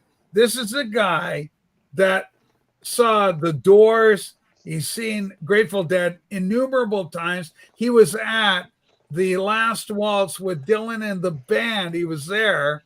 He saw knows his the music. He saw the last Sex Pistols concert. His best friend comes over and goes, hey, guess what? The Beatles are playing tonight. I got a ticket for you. You want to see him? He's a San Francisco native, born and raised. And his mom goes, you got a drum lesson tonight. You can see him next year. August 29th, 1966, the last time the Beatles ever toured. It was done. He never got his chance because he had to be true to doing his little drum lesson. Yeah, And Mazzy and I grew up He in the tells same the story like neighborhood. nobody else. Norman Maslow, check him out, Chris. You'll like him. I think you'll like him. Yeah, I've heard of him now that you mention him. Yeah. All right, You can that's explain good. it a bit. I like that. How's the peanut gallery doing? How you doing, peanuts? How's your peanut gallery? They're doing well. I love this guy, the pride of Edmonton, Alberta, Canada. Tim, the Music Sanctuary. Yeah. Big love for Tim. Big shout out. By the way, Rachel, no disrespect. If you haven't been on the stream lately, I do get up and down because of a back issue these days. Oh, okay. So don't take that as me Yeah, walking yeah. off the Don't screen. take that the wrong. Yeah. So what happened to the back? Is it an old injury or a new one? No, it's just the weirdest thing. I was taking out the garbage, the cans. I had both of them, taking them out to the curb, pulled just the wrong way. And it's been a slow recovery process. It doesn't really hamper me except for when I sit in long periods of time. Yeah. Yeah, that's it. I know that feeling. Yep. I'm recuperating. It's just not like I was when I was 30. That's all. Hey, Or 40. Hey, Roy, Or 50. Or 50. Or 60. Yeah, Roy, well. if you'll indulge me, I want to do one more plug for my channel a little bit. Absolutely. Roy, and I want to go to Novice Nick on this level. Nick, how are you finding the channel? It's really intense right now on my show, isn't it? Like I'm finding it intense. I don't know. Maybe other people don't, but it's an election year. Things are really heightened. How do you feel about things right now? I'm missing it, or hasn't been as combative as it has been in the past. Yeah, personally, No, I I think really it's don't think actually so. tamed down the last week. Then Well, The that's last good. few weeks have been, well, I think one show I like to fall asleep. I mean, nothing. In a good You way. perked it up compared to your usual shows. For some reason, the peanut gallery was quiet, and it was just you and Rob. And I was like, okay, we need a third or fourth wheel to set some fire on the show. And then, of course, when I check in and out, I'm getting ready for work and I'm opening the restaurant. So that's why I don't come up anymore. I just don't have the time. Well, I no, used that's all to good. come Yeah, more well, often. But I'm the checking door. in and out in the morning. It's like I've I was there. always seen you as kind of a seasonal guy on her show. You come up for like a week or two, and then you're gone for a month, and then that type of thing. I don't know. Well, like I say, it depends on what's going on in my world, and Yeah. like the past few months, it's just been one thing after another after another. It's Hmm. been and once I get something going okay, and then something else happens. Like, eh, look at that! I actually did a face plant. Oh Yeah, what You did man. know, you do? What did you it's do? Nick, what happened to you? I I did a face plant, literally. Like I was where? Into a swamp or on concrete? no, actually, it was a concrete floor covered with rug. Oh my So God, Ugh. man. yeah, I'm barely able to walk. It's a recovery, but it just seems like Yeah, it's been one thing after. That's the yeah, worst of it. But prior to that, it's just been running the business. One piece of equipment fails, and yeah, something after another. After so it's the nature Right, of the right, business, and right. then it'll eventually, God willing, calm down, and we'll get back to normal. But yeah. It'll be interesting. whatever normal is. But Whatever yeah, I normal do. is in I 2020. the last couple of days I've been recovering, so I've been there early in the morning, which I'm never there when you first come on. But if Yeah, you notice, I was there the past couple of days because I yeah. haven't been I able to noticed sleep. you. I know you. We call you. Yeah, I I know you take it do. all. And then I fell back to sleep, and I'm going. I wake up, and the show's over. Yeah. Well, that's the way we But go. I mean, that's the way it rolls. yeah. I mean, But you still got to live your life. But yeah, I check in every morning. It's just sometimes I have more time than not. So, yeah, but I think the show, I I don't see much of a difference. It's always been a little heated, and it's yeah, heated for the first hour, and then we get back into whatever the topic is of the day that's non-political, and yeah. then we go on to music, and then the show's over. You know what It's it is? I'm going to correct you there only because the first hour is generally my monologue. right. Then Right. Rob, Right. then Rob shows up. Then all hell breaks loose. Yeah, Rob's got to tell And you then, how wrong and you then, are. and then everything calms down a little bit after about an hour of Rob Right. commenting my first hour.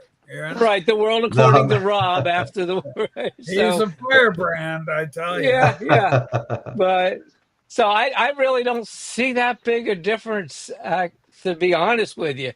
It's a good show. It's been that way for some time.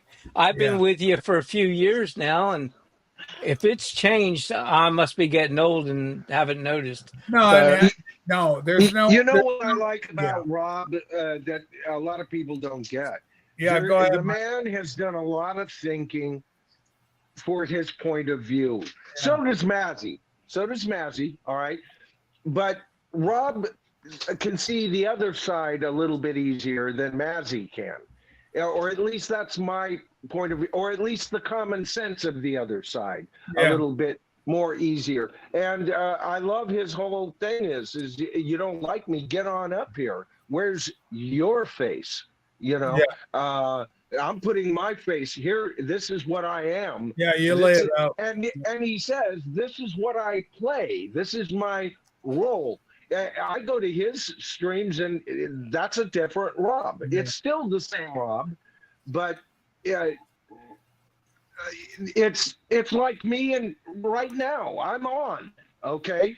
I'm aware that I'm on YouTube, and so I might not be talking like this, in my front room. And so Rob, he does well playing up to the part. Yeah, well, you got it. I mean, he it's thinks on his entertainment. feet. Yeah. He thinks You're on right. his feet real well. Yeah, We're I've always entertained, man. yeah, Go ahead. always liked Rob. Rob's a great guy. Been a fan of his ever since I discovered Rachel. Matter of fact, I discovered them both right here on your show, Royce. Yeah, I came it was over. you, me, and Rob and Rachel on panel. Yeah, I I been a came fan over ever since. on Royce's show, but I just haven't had the time. And tonight I want to make a special effort because I had the energy. Normally I'm in bed at this time. I can imagine. I get up so damn early, and then Doesn't your show start in about 10 minutes? Yeah, just about. exactly. So I went. Okay, PB Thou's going, and PB Thou's rocking 100+ people or whatever. And I go, Royce is at the time had 14. I'm going to go on Royce's show. Well, And thank you. lend whatever clout I That can. that makes 15. Yeah, well, it's one more, right? I mean, whatever it right. is. No, no, After, I'm glad. I'm really happy you joined us. Thank you. yeah. Yeah, Well, after the great. fact, you can throw my name into the mix. Go, Rachel's Ghost appears on, and just Yeah. use it and sell it. And maybe some of my people will come over and sub you up and do stuff. There you go. Yeah. Absolutely. Hey, Well, Royce, I'm I'm just gonna let you know I'm before you cutting out showed up, right now, Rachel, buddy. Oh, All right, okay, Chris. Chris. Good to see you, Okay. buddy. Yeah. I'm up here. God bless All right. you. Thanks, Chris. But Nice it's All late right. night here, so I'm getting a little Yeah. tired. Thanks for joining. Chris. Windsor, Ontario, ladies and Bye, gentlemen. everybody. Take care. Stay safe. Good night. You got to do Canadian salute. It goes like, Amen. Hey, we got George, music Hey, for the all 4 Canadian motor seasons here city. now. Great. You've been Right. busy Yeah. making the So, rounds this everybody, evening. take care, Hey, Chris. hey, George, thanks for showing up. Good to see you. Good night, Chris. Good night, Chris. Anyway, so Hey. so Royce, what are you excited about right now musically? What are you looking forward to getting into the collection? Oh, that's a really good question. We've been playing. We're on our 4th Led Zeppelin show tonight, and we're going to continue until people stop wanting to see it. But what do I want to get into my collection? Let me think about that for a minute. That's a tough question. I was building my Ozzy Osbourne and Black Sabbath collections. Those aren't complete, so look forward to adding there. What are you missing right now in your Aussie or Black or Black Sabbath? What are you missing? I'd almost have to pull the albums out to say for sure. Yeah, to look at it. Yeah. Yeah. And Michael, what are you looking for? What's on your? What am I not looking for at this point? My biggest push lately has been Led Zeppelin, Rachel. How many have you got? All of them. I've got all of the studio albums. Good. Most of them German pressings. I picked up Nice. an early pressing, but I don't know how far back. My memory wasn't on it. But I picked it up on Patrick's auction, Led Zeppelin 1. Yeah. I love it. Man, I trust the man's ear. Yes. He delivers records in the very best condition as advertised and all of that. So I've been a fan of his. So I've been bidding. A lot of records I've gotten from Patrick. A lot. Yeah. I have just under 70. I think I have like 67 albums now. I got a real mishmash of Led Zeppelin. I've got first pressings, UK first pressings. I've got the 2016, 2015, 2014 reissues. I got late 70s reissues. Yeah. Multiple copies. And I had to get the Yellow Submarine, Yellow Zeppelin rip-off bootleg. I had to buy it. It sounds like dirt, but you had to cover. You have to own it, right? He ran aground, huh? The submarine ran aground. So what I do with Zeppelin, they're my 3rd favorite band. Now, Michael's band's Beatles #1. Same with me. Michael's had to go off here. But Beatles #1. Zeppelin for him is, I think, #2, and Pink Floyd #3 for Michael. And I go Beatles first. That's why Beatles are all over the place here. Look around, White Album, 2014 mono, boom. I got the 20. Nice. I got the American monos coming, and anyway, Beatles everywhere. What have I got? BC 13 here. Sure I do. Yeah. Sure I do. Hang on. There it is. Ankle. There you go. There it is. I got this. So I got Beatles all over the place. Yeah. And Beatles are my thing. I got 45s, EPs. I'm a Beatle nut, right? That's my groove. #2 for me is Yes. And #3 is Led Zeppelin. I got a lot of Zeppelin, yeah. I would have to put Led Zeppelin #1 for me. #1 for you. Yeah. #1, I probably got 25 Beatles albums. That's good. That's I've got multiple duplicates of Beatles albums. Good. None of the real box sets. I do have the White Album box set. It's a small one. But I really enjoy that one. I really enjoyed that one. We This reviewed that whole one thing night. down behind me, Royce, is all Beatles. There's a chair there. That's all Gotcha. Beatles. I got like 100 Wow. Beatle albums when they did 13. I've got like 11 Revolver albums, 10 Rubber Soul albums. I mean, it's nonsense. Yeah, that's wild. I mean, I like Jimi Hendrix. I've always been a diehard Jimi Hendrix fan. He only Hendrix issued 3 Project. studio albums. I probably have 25 Jimi Hendrix albums, Yeah. including an 8-album box set in the velvet cover. Yeah, Yeah. the pride and joy. The crown, that's the crown jewel of your collection, that thing. Yeah, That's yeah, the beauty. Yeah. Absolutely. yeah. That's a great That's a great box right there. So who's number But, 2? well, who's number 2 for me? Yeah. You know what? Yeah. I'm going to have to be close to Zeppelin first. I love Jimi Hendrix. I don't know if I can rank him number 2 anymore, but he's right there. Pink Floyd, woefully short on Pink Floyd albums. Way short on Pink Floyd albums. Oh, And you know, okay. I love bands like, Jethro Tull, Tull, I I love got Alice, everything. Yeah. Alice Cooper. I've got maybe 5 or 6 Jethro Tull Cooper, I albums. love. Holy crap! I got a Totally lot love of Cooper. Yeah. Yeah. And I really love a lot of the Ozzy Osbourne stuff. I got that Patient number 9. I got And, Diary of a Madman. I don't have. I've got 2 copies of Diary of a Madman. Yeah. 1 or 2 of Crazy Train, or not really Crazy Train. I mean Blizzard of Oz. I'm sorry. One of them's a picture. Oh, there you go. Yeah.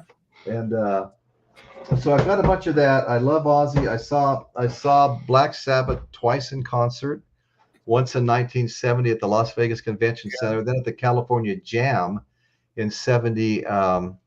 See, you're right down there, man. You're like in California. You could get to see so many killer acts up and down the coast. Seen. I love the Rolling Stones. I've seen the Stones twice in concert. I've seen them once. Had tickets to see them a 3rd time, and then COVID hit, and that all got canceled out. When did you see them first time? 1972, Long Beach Arena, Long Beach, California. Come on, man. Yeah, they were. Yeah, they were. Touring the Exile on Main Fingers Street and Exile on Main Street. Yeah, a lot of people say Exile's their greatest album. That's probably the most expensive album. I found an original pressing, pristine condition. The postcards haven't been torn off, and the perforations. It's like it's never been even opened, but it has been opened. I bought that. I've been looking for an original. There's something special about buying an original pressing of a concert you've seen. You know what I'm saying? And so I paid probably more than I've ever paid for any other album before for it. I am so on board with you with that. I saw Steel Wheels, finally saw the Stones. Bill Wyman is in the mix. Okay. Yeah. So now Bill's retired. You go see the Stones. You ain't getting Charlie Watts, sadly, No. And you ain't getting Bill Wyman. So to see him when I saw, boom, right? You got the classic Ronnie Wood years, right? Yeah. Back in blue lineup is all there. So that was pretty Then cool. I saw the Stones again in Portland, Oregon. Who'd you see him like what year was that? Or who was that? It was I think 95 or 6 So it's either it was the Bridges to Babylon. Ronnie, I still have the hat and the T-shirt I bought.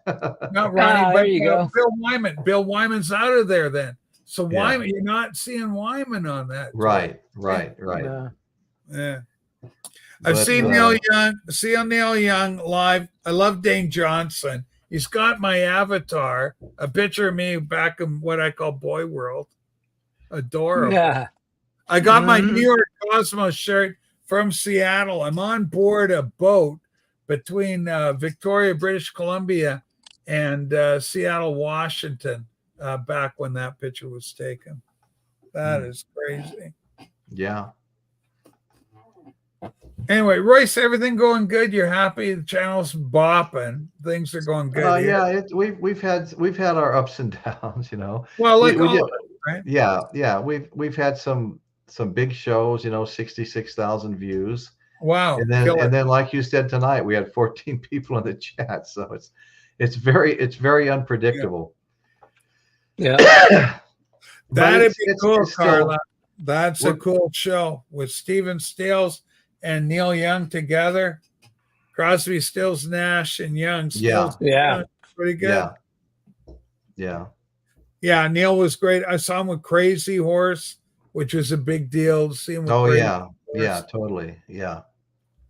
Yeah. I never got to see him. I saw Bob Dylan and Tom Petty together. That was great.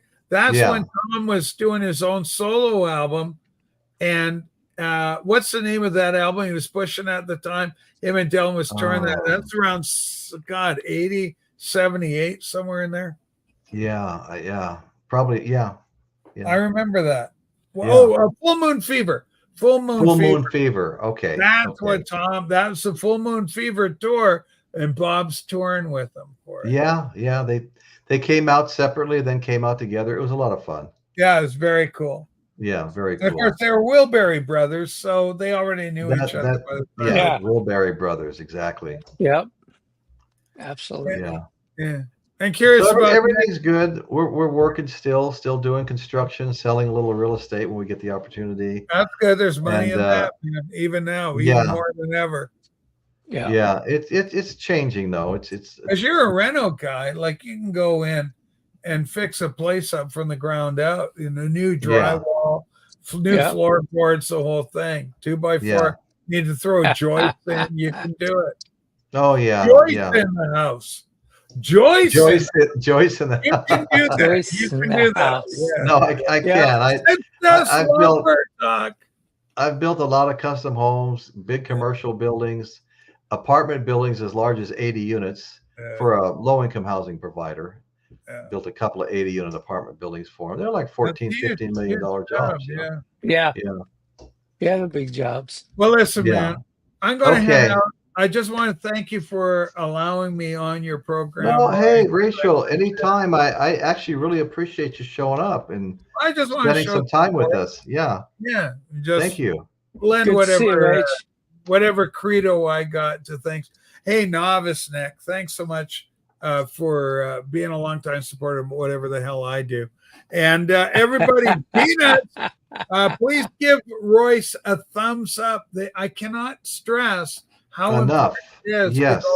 Thumbs up on every show. Thumbs up on every show. Providers. Thumbs up. Gets the words out. More people come in. It'll help Royce in the algorithm. Well, it encourages the algorithm to present your show in front of people searching for content. Hit that button. That gives you an opportunity to grow. So yeah, I always ask everybody to hit the thumbs up button. Yeah. And now I'm going to ask everybody to check out my friend Rachel's Ghost is the name of her channel. She goes 3 hours every single morning, 6 to 9. Sometimes it runs over, and you're starting to do more things in the afternoons and evenings. I've noticed a little. I do occasionally, every now and then. I got the Patreons are there. Every now and then I'll do a stream, but I've been showing up on some other people's shows, helping them out. And do what I do, Yeah, very kind. Yeah, very kind. You've always been that way, though. You've always helped everybody. Yeah, absolutely. I'll never forget the very first time I ever went on your panel. Yeah. I went back. When I got off, the show was over. I came back, thought I'd see if maybe I picked up a subscriber. Because you've got so many people watching all the time. I picked up 26 subscribers. Yeah, it's pretty damn good. From my first appearance on your panel. But that's pretty good. Come on again, and we'll get you all promoted tomorrow, Royce. We'll do a thing for you. We'll do that. We'll shout you out, and I might have a couple of days. I might have a couple of days off. I'm working down in the Rio Grande right now, leaving in the mornings, and I think tomorrow should be my last day on that one. And I may have a couple of days off before I start the next one. So yeah, I would like to do that. George. Yeah, I start early, George. 6 a.m. Pacific to 9 a.m. Pacific. Every day, you can't miss 9 a.m. or 6 a.m. Pacific is like 9 a.m. Eastern. So figure where you are, America, and come on and watch the show. Let Rachel wake you up. Check Rachel out. Yeah, I'll wake you the hell up. Yeah, right. Yeah. Okay. Great. Thank you again. Okay. Hey, Michael, thank you. I appreciate you are. We love you. God bless, Rach. Okay, folks. So we're gonna close the show now. I want to thank Rachel and Nick for being here, and of course Michael and Chris and the other Chris earlier. And I appreciate everybody in the chat. I love the chat. You guys make the show. You absolutely make the show. Got a great group here. And Dr. Rick is saying peace. Peace out, brother. Peace. And we're going to close her down now. And that's what's happening in Royce's world tonight. Thank you all so much for joining me. Good night, everybody. Bye, everybody. Good night.